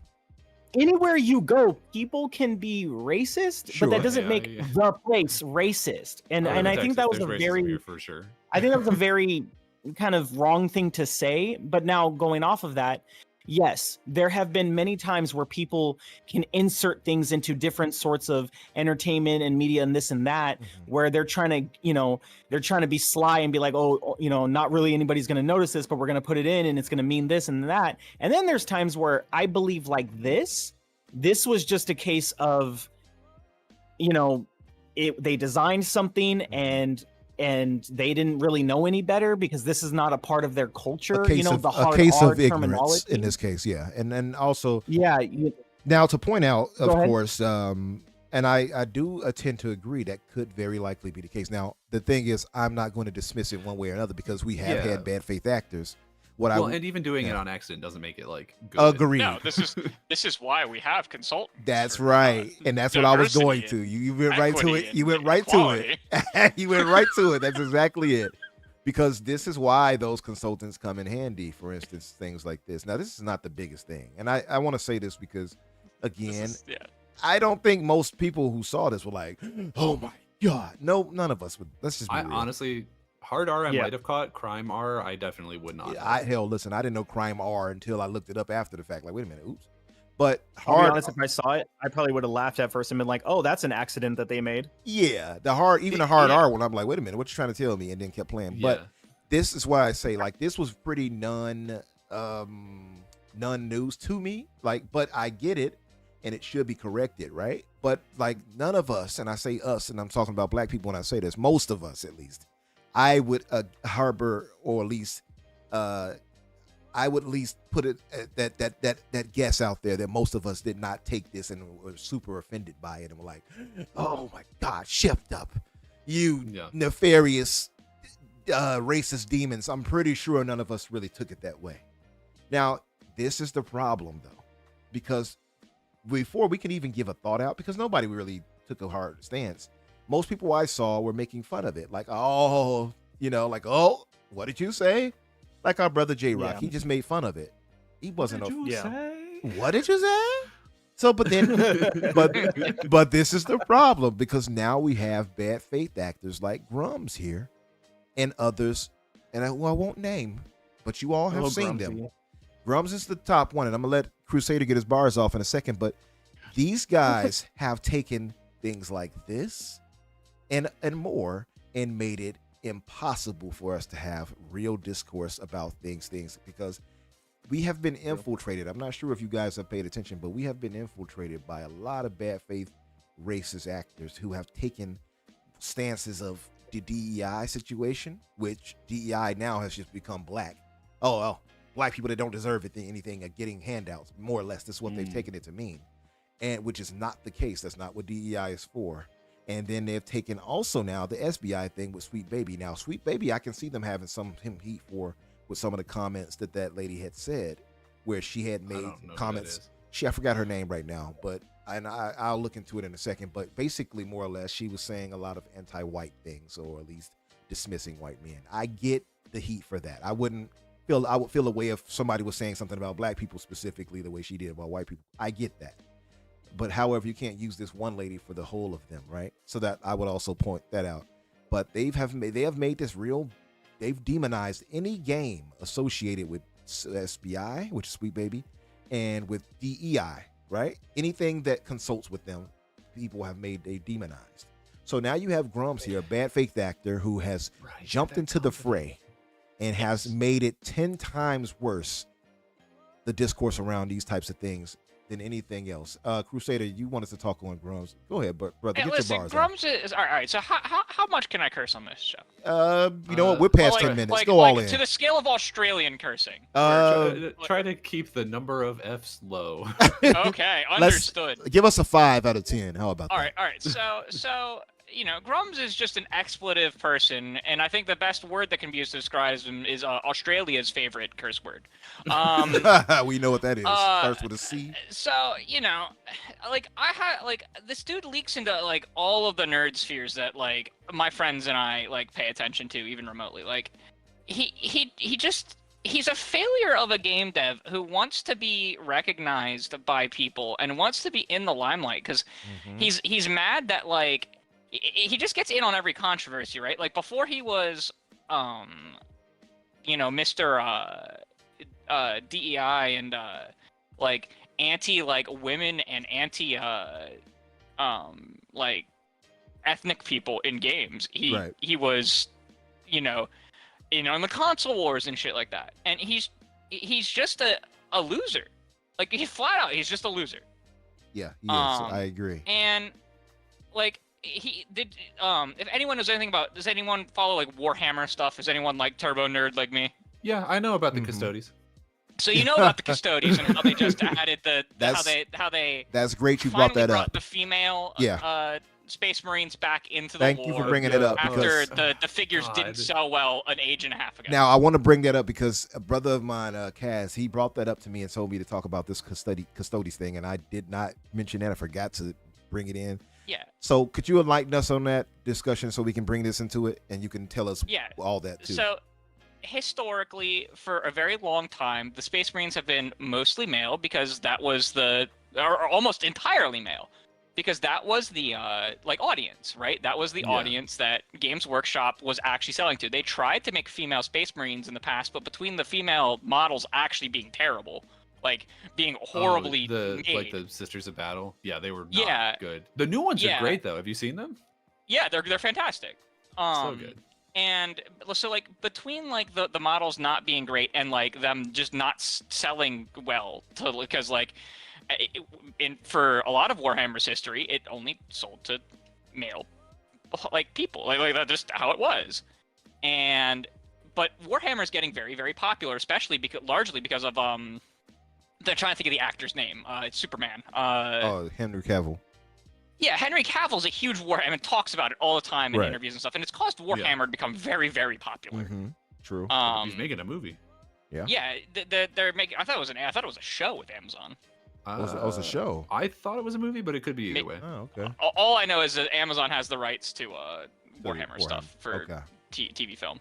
So will he be playing And, a custody too? Right? He'd be a custody in this case. Who knows? Yeah. I don't know if he's going to be in it. I know he's the executive producer. Got you. He's like he's supposed to be the Kevin Feige of like Warhammer stuff. Oh, moving wow. forward. Okay. Like Games Workshop wants him to be like the visionary of like TV film for their stuff because he loves it so much and he's an actor. The James Gunn of Warhammer. I get it. Yeah, right. Yeah. But so historically, like female Space Marines did exist at one point in the history of the game, but they were almost like completely just not talked about and like disappeared from like the lore and everything like that, Right. because they just didn't sell well and they couldn't market it, and if they couldn't market it, they Now, weren't going to do anything. To be clear, and I was made sure to emphasize this because we just had a brother, Dots RTS, who pointed out custodians he are not is Space a Marines. co-host of ours on TXR and one of my best friends. Oh, okay. Well, shout out to you, brother. Now, I wanted to. He is right. Custodians are not. They're Space not Marines. Space They're like- Marines. They're Right. big. They're a step above. Yeah, and But I think my brother I think Casual for told me the- about for that the too to average make sure. person, just Yeah. saying that they're Space Marines is probably enough to at least get the idea. it's good across. enough You for are us right, though. covering the topic. Yeah. Yeah. So- But anyways, there's this whole shit with that, and they're saying like, no, it was always like this in the lore, as if it was a retcon, but it's not really a retcon. Like Right. a retcon is directly changing a fact that existed Exactly. Yeah. and Yeah. changing it, not introducing something new that fits. That's Right, not right. a retcon. It's not a retroactive a change to a things. retcon Continuity. would be Bungie saying that the Forsaken expansion never existed and Cade never actually died, versus Cade returning and coming back to life in the new expansion that's coming out. Right? Mhm. That's not a retcon. They're not retconning anything. And so so he's like, oh my God, Games Workshop has gone woke and they're retconning the lore. And it's like, no, they're fucking not. And even Yeah. if they were, who cares? Because like more people want to get into the game and they want to see themselves in the game. So yeah, let women be Space Marines. Who cares? People are Yeah. freaking like real Warhammer fans are happy. Yeah. Yeah, Yeah. like we don't care. And also the thing about it is like, specifically with custodians, I think maybe there was some aspect with Space Marines originally where they did in lore only choose men, and I think that was kind of part of the point, is because like in the Warhammer universe, there's no such thing as a good guy. Like even the Space Marines are kind of dickheads, everyone's evil. right? And so like the joke of the Space Marines, at most of them, is that like they're also they're based on like a fascist, like not great government, Yeah. right? Like they view human life as really bad, and so the idea of like, and also we think women are lesser and they're not part of this army, like that fits into that. But Mhm. I don't remember, and I might be wrong, I don't remember them ever specifically saying that. So it's very easy to just assume that like, oh, there's always been female members of the Guard or female Mhm. Space Marines, and they just didn't make models that looked that way because, I mean, how could you tell under most of that armor anyway?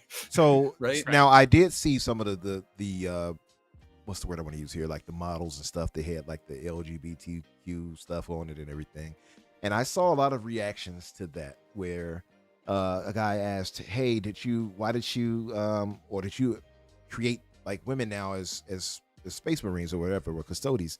And they were like, "Yes, the women were always there, blah blah blah, et cetera, et cetera." And there was a long thread of replies after that. I should go and find it and highlight it, but I don't want to specifically stay on that one too long. But the guy had listed and itemized all of his nerd items that he got from 40K universe, and how much he had spent over time, and it was in the Oh, it's thousands. expensive. Oh, so it's expensive. expensive. Yeah. So Oh my God, It's expensive. the worst. Don't get into 40K. It looked insane. It was in the thousands of dollars just from what he showed. And he's like, he's like, I bought this, I did this, and I bought such a. I'm like, it seemed like foreign language to me because I didn't, I don't really understand the universe that well. But he's explaining all this, and he's like, I will no longer be supporting blah blah blah and Warhammer Plus and all of that. I'm like, they got a Warhammer Plus.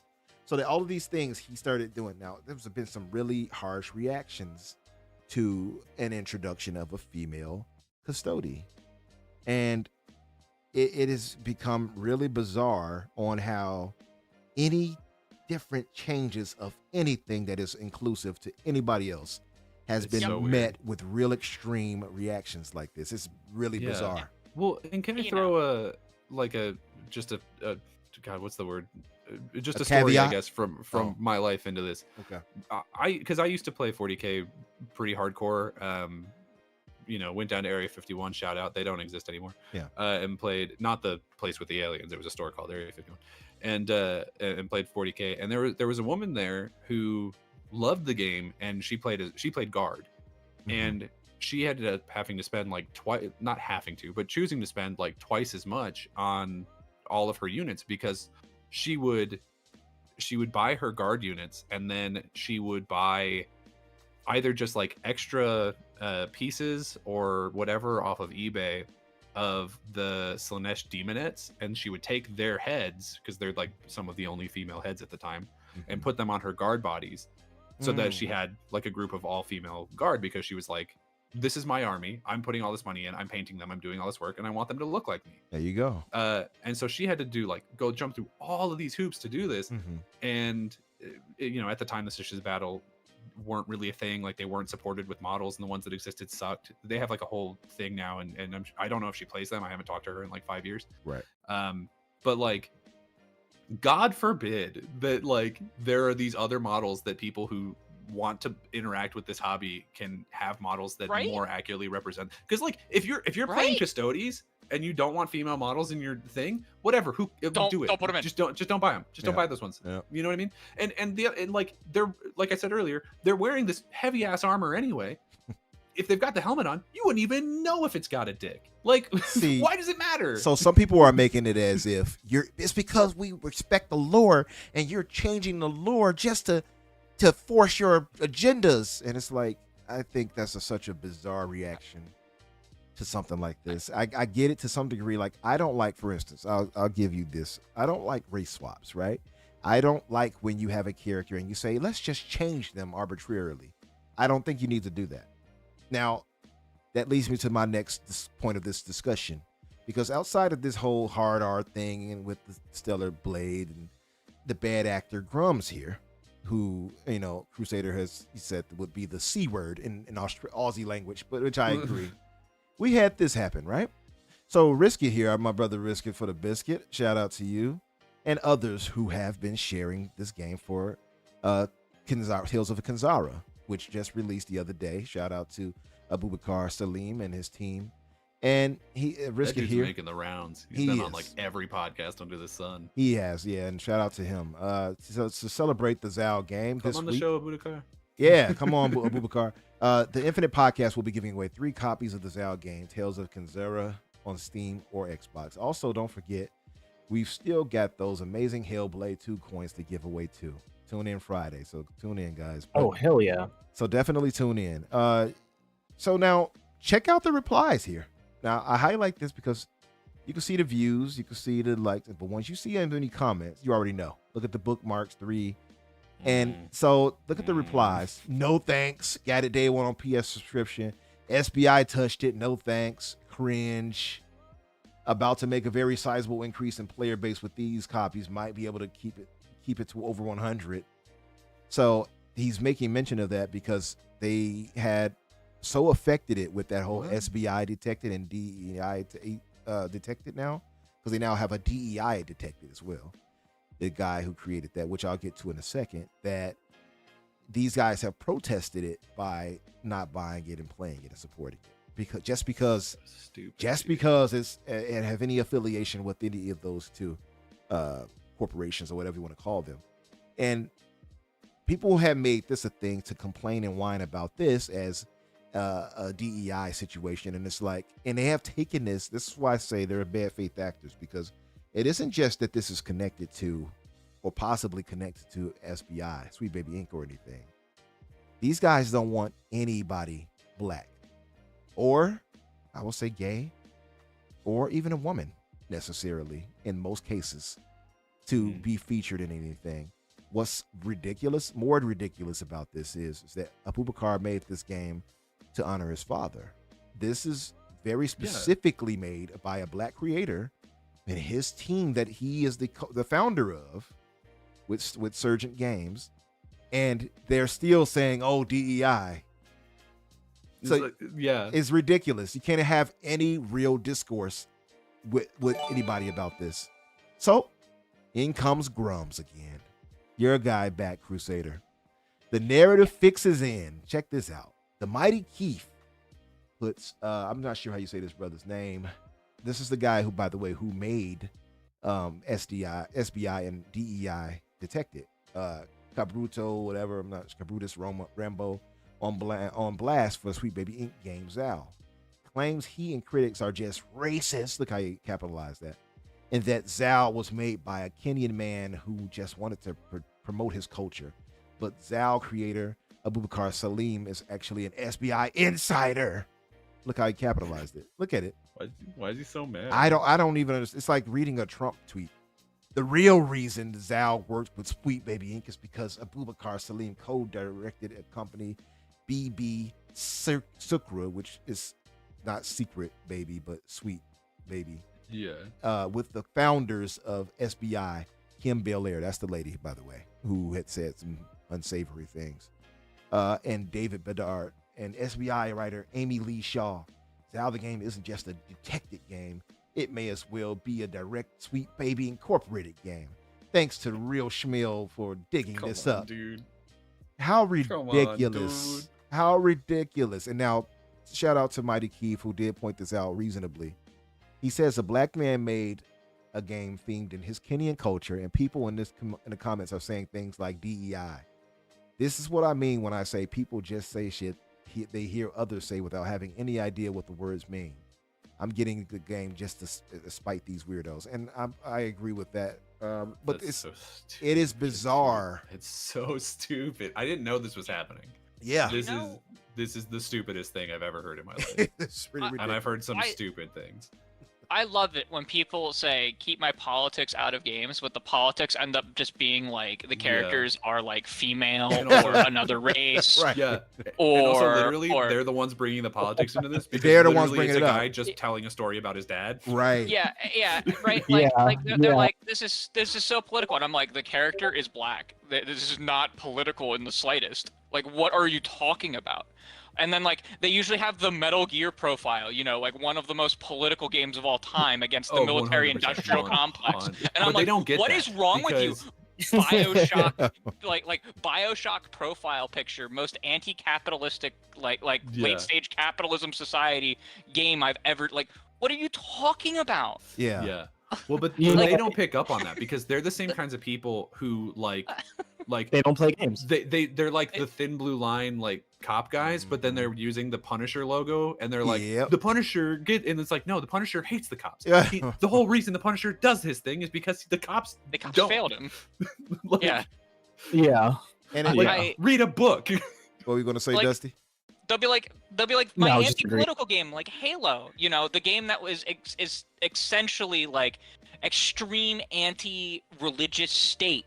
Right. That like a religious totalitarian state can end up like obliterating people, or when you give people too much power, they will create super soldiers out of children in order to put down insurrectionists and then get away with it because they actually got used for a real crisis that like everyone was going to suffer from. Like this is the shit that I can't stand because they'll be like games were never political and like there's some games nowadays where like the writing is just bad and they're not able to cleverly blend in the story that they're trying to tell with the message they're trying to convey. Like Saints Row. Saints Row was awful, right? Like it's not. It was trying to be Hello Fellow Zoomer, and it was really bad at doing it. Yeah. And you're talking about the remake. You're talking about the reboot, by the way, to be clear. The reboot. The new one. Yeah. Now, granted, like Saints Row and GTA are like exceptional. They're satire of, especially Saints Row, but they're satire of modern society. Yeah. They always have been. Like they're over the top. They're over the top nonsense with like what happens in them, right? Right. And I just it melts my mind how like these people will say these things, and yet their favorite things do exactly what they say. They just do them in a like clever way, Yeah, and it's like it's maddening. it is. What were you gonna say, Danny? No, it's just like these are the same people who were like shocked when they found out that X-Men was about racism. Yeah. Right. yeah. And then It's like, what do you mean? What do you mean you didn't know this? Yeah. Some people. Where are you from? Some people, I think, live in their own did you little watch world. the movies? Yeah. You know, the ones where they're trying to like exterminate the race of people with a vaccine. Like Literally, Yeah. Charles Xavier and Magneto are, are Malcolm Martin Luther X. King and Malcolm X. Right. They're 100% stand-ins for those It's characters. 100% past. And the It's whole just point- yeah. They And made it's not them- even veiled. They've said it is. They've said directly Yeah. that is what Well, what they are supposed to represent. And they Like, made those two characters, specifically made them white, so that the people who don't understand would be like more sympathetic to their plight because they're like, oh, he's white, Yeah. he looks like me. Now I understand them. And it's like, but it just went completely over their head because they can't read or whatever. they can't. Like they failed English. Like this is why we read things like Shakespeare in high school and have to analyze them, so that in your life, whenever you see a show or movie or read a book, you can actually understand what the author's trying to tell you behind the story. Right. And Oh, like God. modern society has failed. They have failed. So, Dusty, did you have anything to add to that, or? No, I mean, I was just gonna say earlier that usually these types of people that have like profile pictures like of certain game characters and stuff, chances are they'd never played the game, and the only reason why their PFP is that game or game character is to be accepted by whoever is seeing their content. Like, oh, look at this, I have a BioShock PFP, so you know I'm a gamer, you gotta accept me, I'm cool too. Like, Yeah. no, And- it's yeah. Go ahead. So to go to that point too is, part of the problem, like I said, is it not just people having an issue. I don't have a problem with somebody having an issue with Sweet Baby Inc. Again, that Kim Belair, who said what she said, I understand completely people feeling a way about that. I would feel a way if she said that about black people. 100% understood. What did she say exactly? She more or Like, less was saying, as a white person in Yeah. the panel, what did she say? I guess I got to be specific, but more or less she was saying things. What did she say? What, I'm crying over here. what do I have to sit here and be like? Yeah, no, she's probably white about white people. What is she? We fucking suck. Let me see if I can find direct quotes. It's now doing this on the fly. She's the one talking about not hiring non-black people, right? Pretty much. She said things like she didn't want to bring in. She's like, the thing she said people took as anti-white because she was like tired of cis white men. We I pretty remember much. what she said. Yeah. I forgot the exact wording, but she said a lot of stuff that She's- was insensitive that the people I can understand taking an so issue with. she had said that she wants a team of only black people because when you have people who are not black, specifically white, which is what she was referring to, Right. around, you have to be careful about inclusion of micro. white people because of how black people talk and what Mhm. they relate to and this and that. This is not verbatim, but she was pretty much saying Okay. that because of that it makes the environment uncomfortable because you have to look out for if white people are offended or this or that. And it was just like, I'm watching it, and as somebody who's half black half white, I'm very much in the middle. But I was just looking at it like, this is the most reverse ignorance I've ever seen. Yeah. Like, I understand what she was trying to say, but at the same time, it's like, then just hire white people that are hip to the jive, as my dad would say, who's very much a white man. Hip to the I was gonna jive. say that's one of the whitest That's things I've heard in a while. that's exceptionally white. Yeah. These jive That's- turkeys. These need to jive hire better turkey people. sucker fools. Yeah, that's my dad. When he does the Cabbage Patch, we call it turning better, Like, Hell yeah, he does. Hell yes, he does. Absolutely. does. But he's at the cookout when he's doing it. Yes, he is. Oh, Lord. But that's pretty much what she was getting at, and I'm Yeah. and I'm Look, just like, if the I message can't. is hire people who don't suck, I agree. Yeah. You know? Pretty much. Like, if they don't fit your culture of the place and company, cool. But they don't fit the culture because they're not black, but it's supposed to be a place of business for video games, that's weird for me. Yeah. But Yeah. at the same time, I could understand wanting an all black production behind something. That's completely fine. Yeah. And to say, but then to go back and say, because of white people this and white people that, it's like Yeah. you could have stopped that sentence at some You could have point. just Yeah, you could have just ended that a sentence early, and we would have been on the same page. Okay. So I understand now. As like the like whiter than fucking bread person on the podcast. Yeah. I don't. Like, I'm unbothered. Yeah. Completely unbothered. So Whatever. Yeah. there you go. Yeah. So basically, I've heard you heard enough white enough. people that I have to It's like confused. see and deal with Yeah. in my life who are blatantly racist. Yeah, true. Yeah. So Sure. like, Yeah.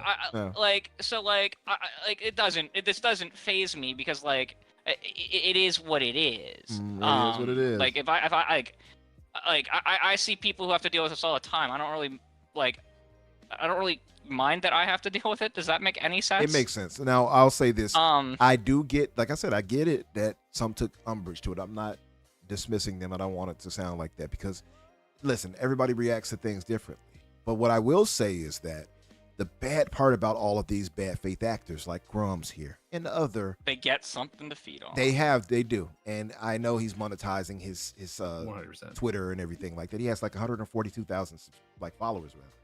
And you have a ton of other bad faith actors and now racists who have jumped into this fray and have made this a really disgusting thing. And you not only do you have Grums doing that, but you have other content creators that you all know, audience and chat, who are playing into this and being dismissive of things that they shouldn't be dismissive of, which become really disgusting, really grifty. So if you go down and look at his comments, he's saying more than that. And that's the gentleman who made the SBI and the DEI detected there. He's a Brazilian brother, apparently, Cabrutos Cabrutus, I guess. And now you have all these people. Now look at this guy here, Ian Miles Ching. And if you paid attention to anything he's posted, no. yeah, so you already know. This dude has said some of the most anti-black nonsense I've seen Oh God. on Twitter God. by far. This dude is from Malaysia, has never been in the United States, and makes his entire grift on like Twitter and social media, Yep. talking bad about like the social norms of the United States as if he's a citizen of the country dealing with it. It's like bizarre. that's his whole thing. Jeez, I hate that. Oh, And like my he God, I hate that. Elon Musk responds to him all the freaking time, and like they're best buds. It's just so disgusting. It's weird. Like And the problem with Twitter lately, with Elon doing this whole free for all for racists and bigots, is that it's allowed idiots like this to capitalize off of it, and they make money monetize off of it. Yeah, they monetize it. Yeah. And if you monetize, obviously it's giving you incentive to continue pushing that. So that's the problem. We have bad faith actors now in the gaming culture who are pushing division. And that's why I made the thumbnail the way I made it, because those guys are puppeteering a lot of people who probably had worthwhile gripes with some of the things they saw. I don't dismiss it all, but things like this where people will have felt away and then now they're backed by racists and bigots who have taken it a different direction. Those guys who do feel away are still pushing that propaganda from these racists. It's become really toxic and stupid. Now, I want to highlight this too, and I had this prepared for our brother Everborn, who had made 2 great posts about this situation. And this is what he said concerning the hard R thing in specific. He said, "Let me try to explain the hard R thing as I see it." He says, "The intent is less important to me than the fact that a developer is releasing a product in America where race is a sensitive issue and people are calling out something that can be seen as offensive. The same way Koreans would call me out if I, even unknowingly, released something in one of my comics that was culturally offensive to them, as they should. I'm even willing to give them the benefit of the doubt that this slipped past QA and now is being or has been removed. Great. What bugs me about this discourse around these topics is blacks in America are constantly told to stop complaining, calling out anything short of someone wearing a white hood or saying the hard R as racist immediately leads to a cavalcade of dudes who believe racism ended with the I have a dream speech or Obama getting elected, screaming at the top of their lungs, nothing to see here. There must be a way we can call things what they clearly are without being guilty, gaslit, or going into cancel mode. Just my 2 cents. And I thought that was perfectly stated. And he made one other one to follow up. He said, more free shoes. If it is irrational of me to assume without proof that a slur was intentionally left in a game, then isn't it also irrational to unequivocally proclaim, also with no proof, that no one anywhere in a production cycle had any malicious intent? Perhaps the focus should be an acknowledgement the slur's existence and ensuring it's removed. Now, again, perfectly stated. So my biggest thing is, again, I don't think most of my people were like, oh my God, and taken back by this. I don't think that was the case. I don't think most of us were like, this is ridiculous. This game has this, and none of us were really offended. But the fact of it is that the dismissiveness of it is problematic. Where guys are saying, "Oh, don't dare complain," or "Don't make this a thing," or "Oh, this is not that." "Oh, it's silly that you're acting this way." "Oh, it's silly that you think it's that." If you think it's that, then you're this. It's like, why can we even get a second to take in the the thing and then be like, dismiss it? And it's like we have no agency to feel away. Let's say somebody did take it away. Let's say that somebody did take it away. Are they not allowed to? Now, the majority of us are going to be rational, but I hate this thought that when something happens, much like Everborn pointed out, that we're ushered off into like shutting up. Like, don't you dare say anything, black people. It's very, very weird to me. And I had to talk with somebody behind the scenes about this, where it felt like it was very much tone policing and a dismissive talk and hand waving of what people were talking about to more or less say, you don't have this, you shouldn't be able to react this way, or you have to react accordingly. And I just have to remind, like, who are you to dictate what somebody can react like and how much they can react? Yeah, my mom always used to say, my mom, one of the smartest people I've ever met, she always used to say, if someone tells you that you hurt them, you don't get to say, no, I didn't. Agreed. Well, that's, your mama is very bright. And not only do you not get to tell them that, you don't get to tell them how offended they can be. And that goes further, even with somebody like being feeling away. You don't get to tell them when to get over it either. Like, a lot of that plays into one another, you know. So this is the thing, and we do have to close up because I have to get going, but I do want to get you guys closing thoughts on it, Dusty. Now, as far as this whole thing with the hard R, I think all of us are in agreement that it was likely unintentional. Are we agreed there? At most, it was a single individual. It definitely wasn't the company. I think right. I could say that with like almost certainty, right? That like, if it was intentional, it was probably one person who tried to get it to slip by. Agreed. Does that make sense? Agreed. It hits me the same I can't way. imagine it was the company's like 100% agreed. Like absolutely. more than one person. We're gonna go out of our way to specifically do this. Yeah. It hits me the same way as like when you see those shirts that they sell in Japan that just say milk or whatever, because they don't really understand the language, but they think the word looks cool or whatever. Right. Because I'm looking at the graffiti and it's like, who just writes graffiti that says crime? Hard. Or hard. Or hard. Yeah, right. You know what I mean? Like to me, it seems like they were like, what would the graffiti say in America without actually like knowing what graffiti says in America? So they're just making it really generic. And like saying that you're hard is a thing that people say in America. True. You know what I mean? True. Like, he's so hard, true, you know. And like when people are graffitiing things, they're committing a crime. So like again, it just generic, it's like very generic and it makes sense. Yeah, no, I agree. I think it was just poor placement. Yeah. This Poor is placement. genuinely why DEI, like consultancy, if you have good people doing it, is important. 100% agreed. Now that's not to dismiss the Kim Baylor guys, if whoever feels the way No. about her, but he's right. This is why consultancy matters, because there's some things that's Yeah. not going to be caught up, that localization in other areas might be like, wait a minute, I know you didn't say boo boo. Boo boo is a highly offensive slur here. Like, we don't know. But these things can be caught by those who work in those localization and consulting teams there at those spots. So yeah, they may have picked this up and said, hey, you might want to take that graffiti and change it.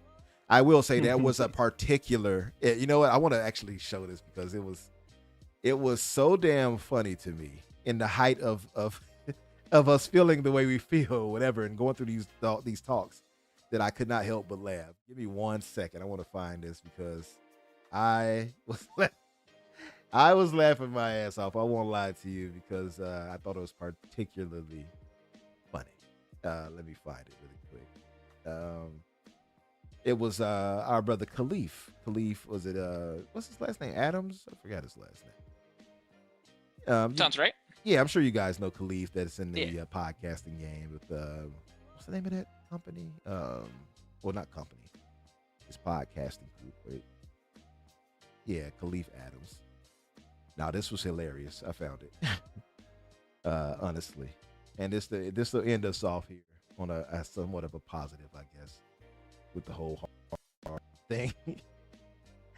Khalif posted, he says, "This was the funniest tweet so far. Bravo. The perpetrator has been caught with it spray painted the hard R, guys."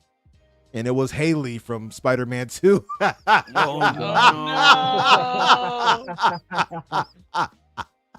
Miles' girlfriend, if you all are not aware. In the Spider-Man 2. I can't. Oh, I laughed so hard with that one. I really did. I try. You know how something is so wrong, but you still have to laugh like that. I'm like, this is all right. You got me. You got me. Oh my lord. Yeah, that one got me. I love the guy in the background rubbing his chin like, interesting. This is art. This is captivating. No, kudos to whoever made this right here. Also, it's funny because she is literally using a pink spray can paint Yeah, right that here. makes it funnier. Even funnier because it's matched. No, that one got me. That one got me. What were you going to say, Dusty? Well, I will say this. There was a particular someone that I watch on YouTube and I think is hilariously funny that, of course, was going to put his take on this situation. And I watched his video with full confidence until he got to this section.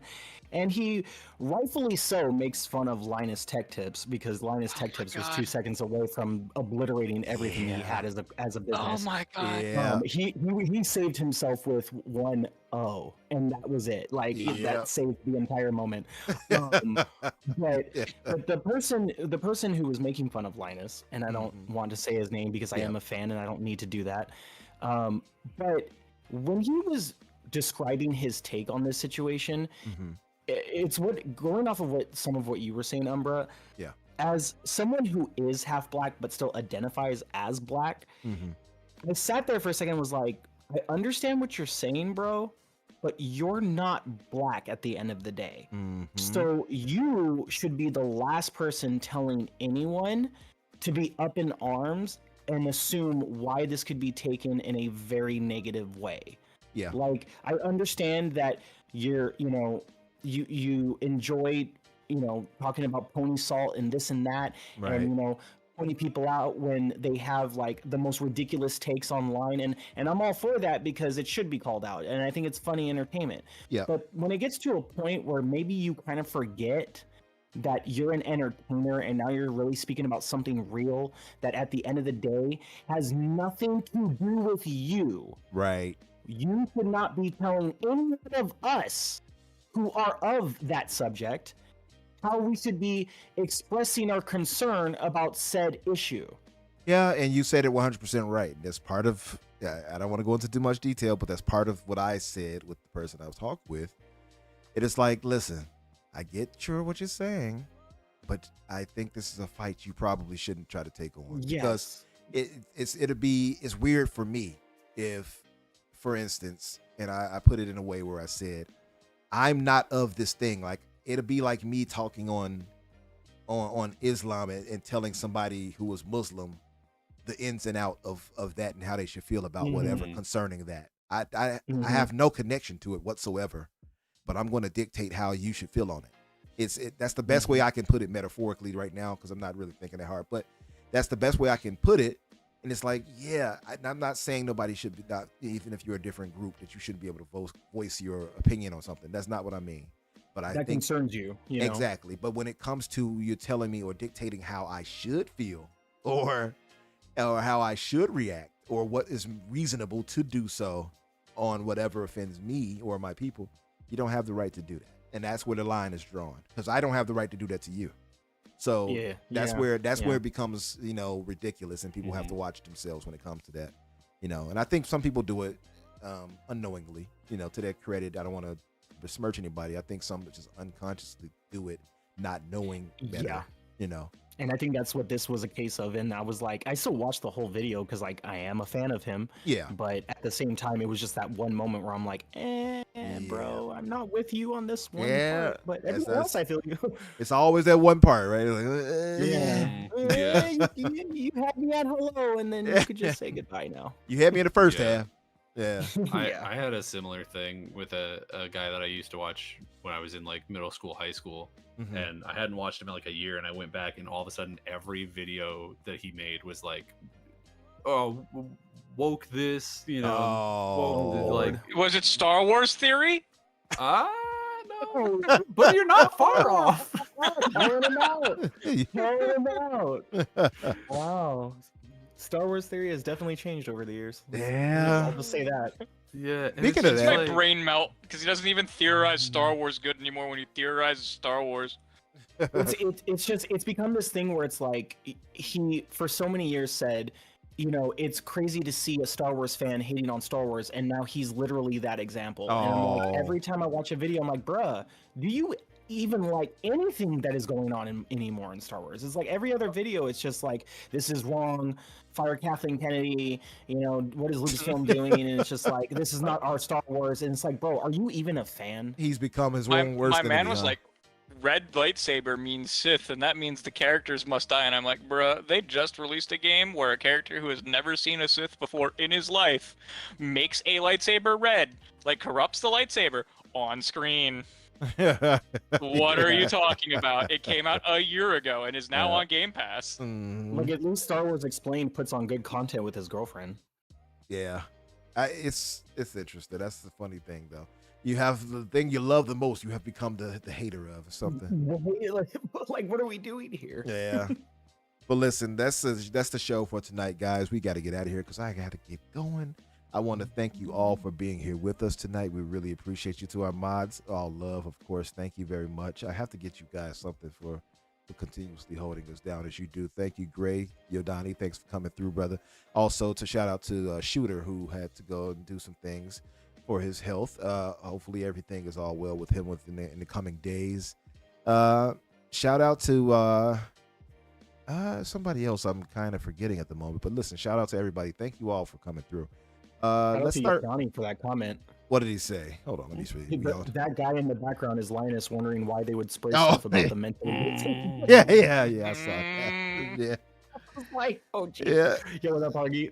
Uh-oh, look, Pete got caught up in the Star Wars hate. Look, he said, he's like, Star Wars isn't Star Wars anymore. Fire Kathleen Kennedy.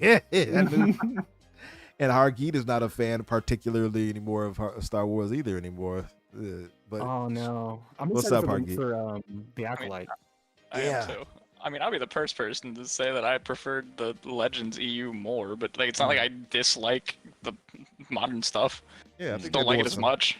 Yeah, I agree. I don't like it as much, but they are doing some good things. Yeah, I have to tell people like Andor.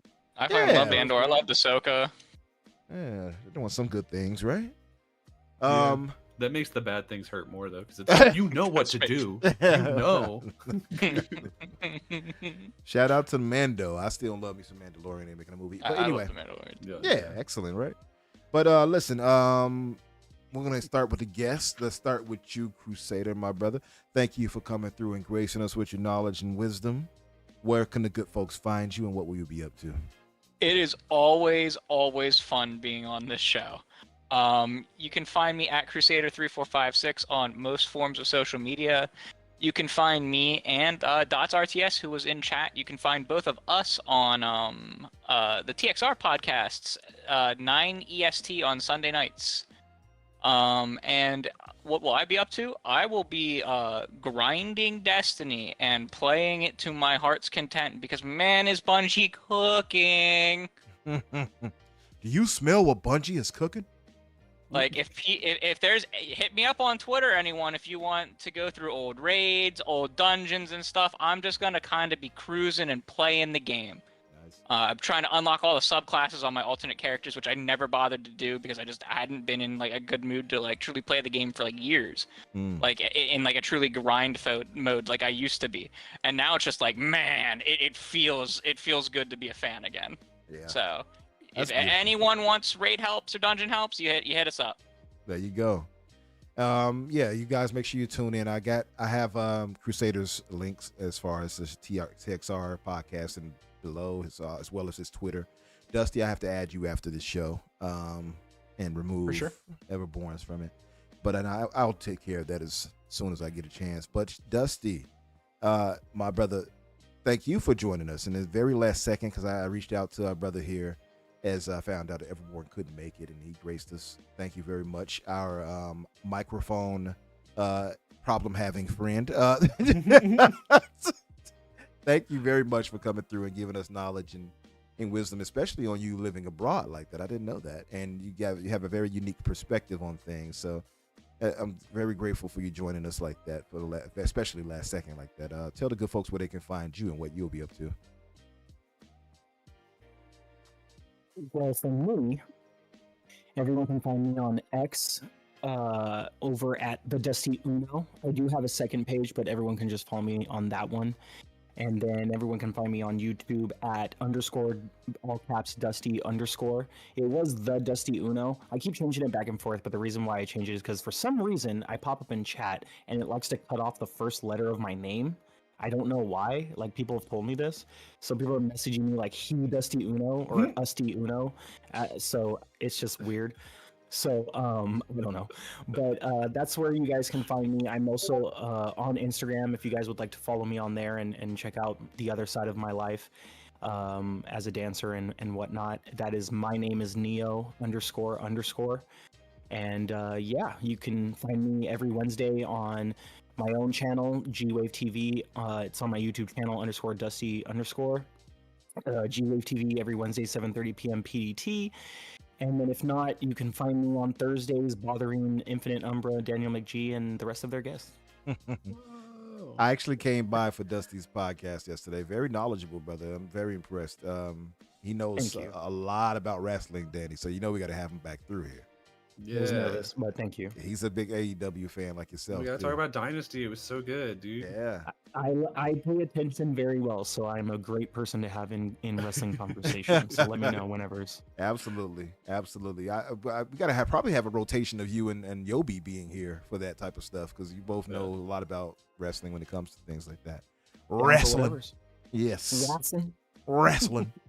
And last but not least, my co-star Daniel J. McGee, my brother. Thank you for your thoughts and expertise and knowledge and wisdom. Tell the good folks where they can find you. Yes, you're welcome. And what will you be up to?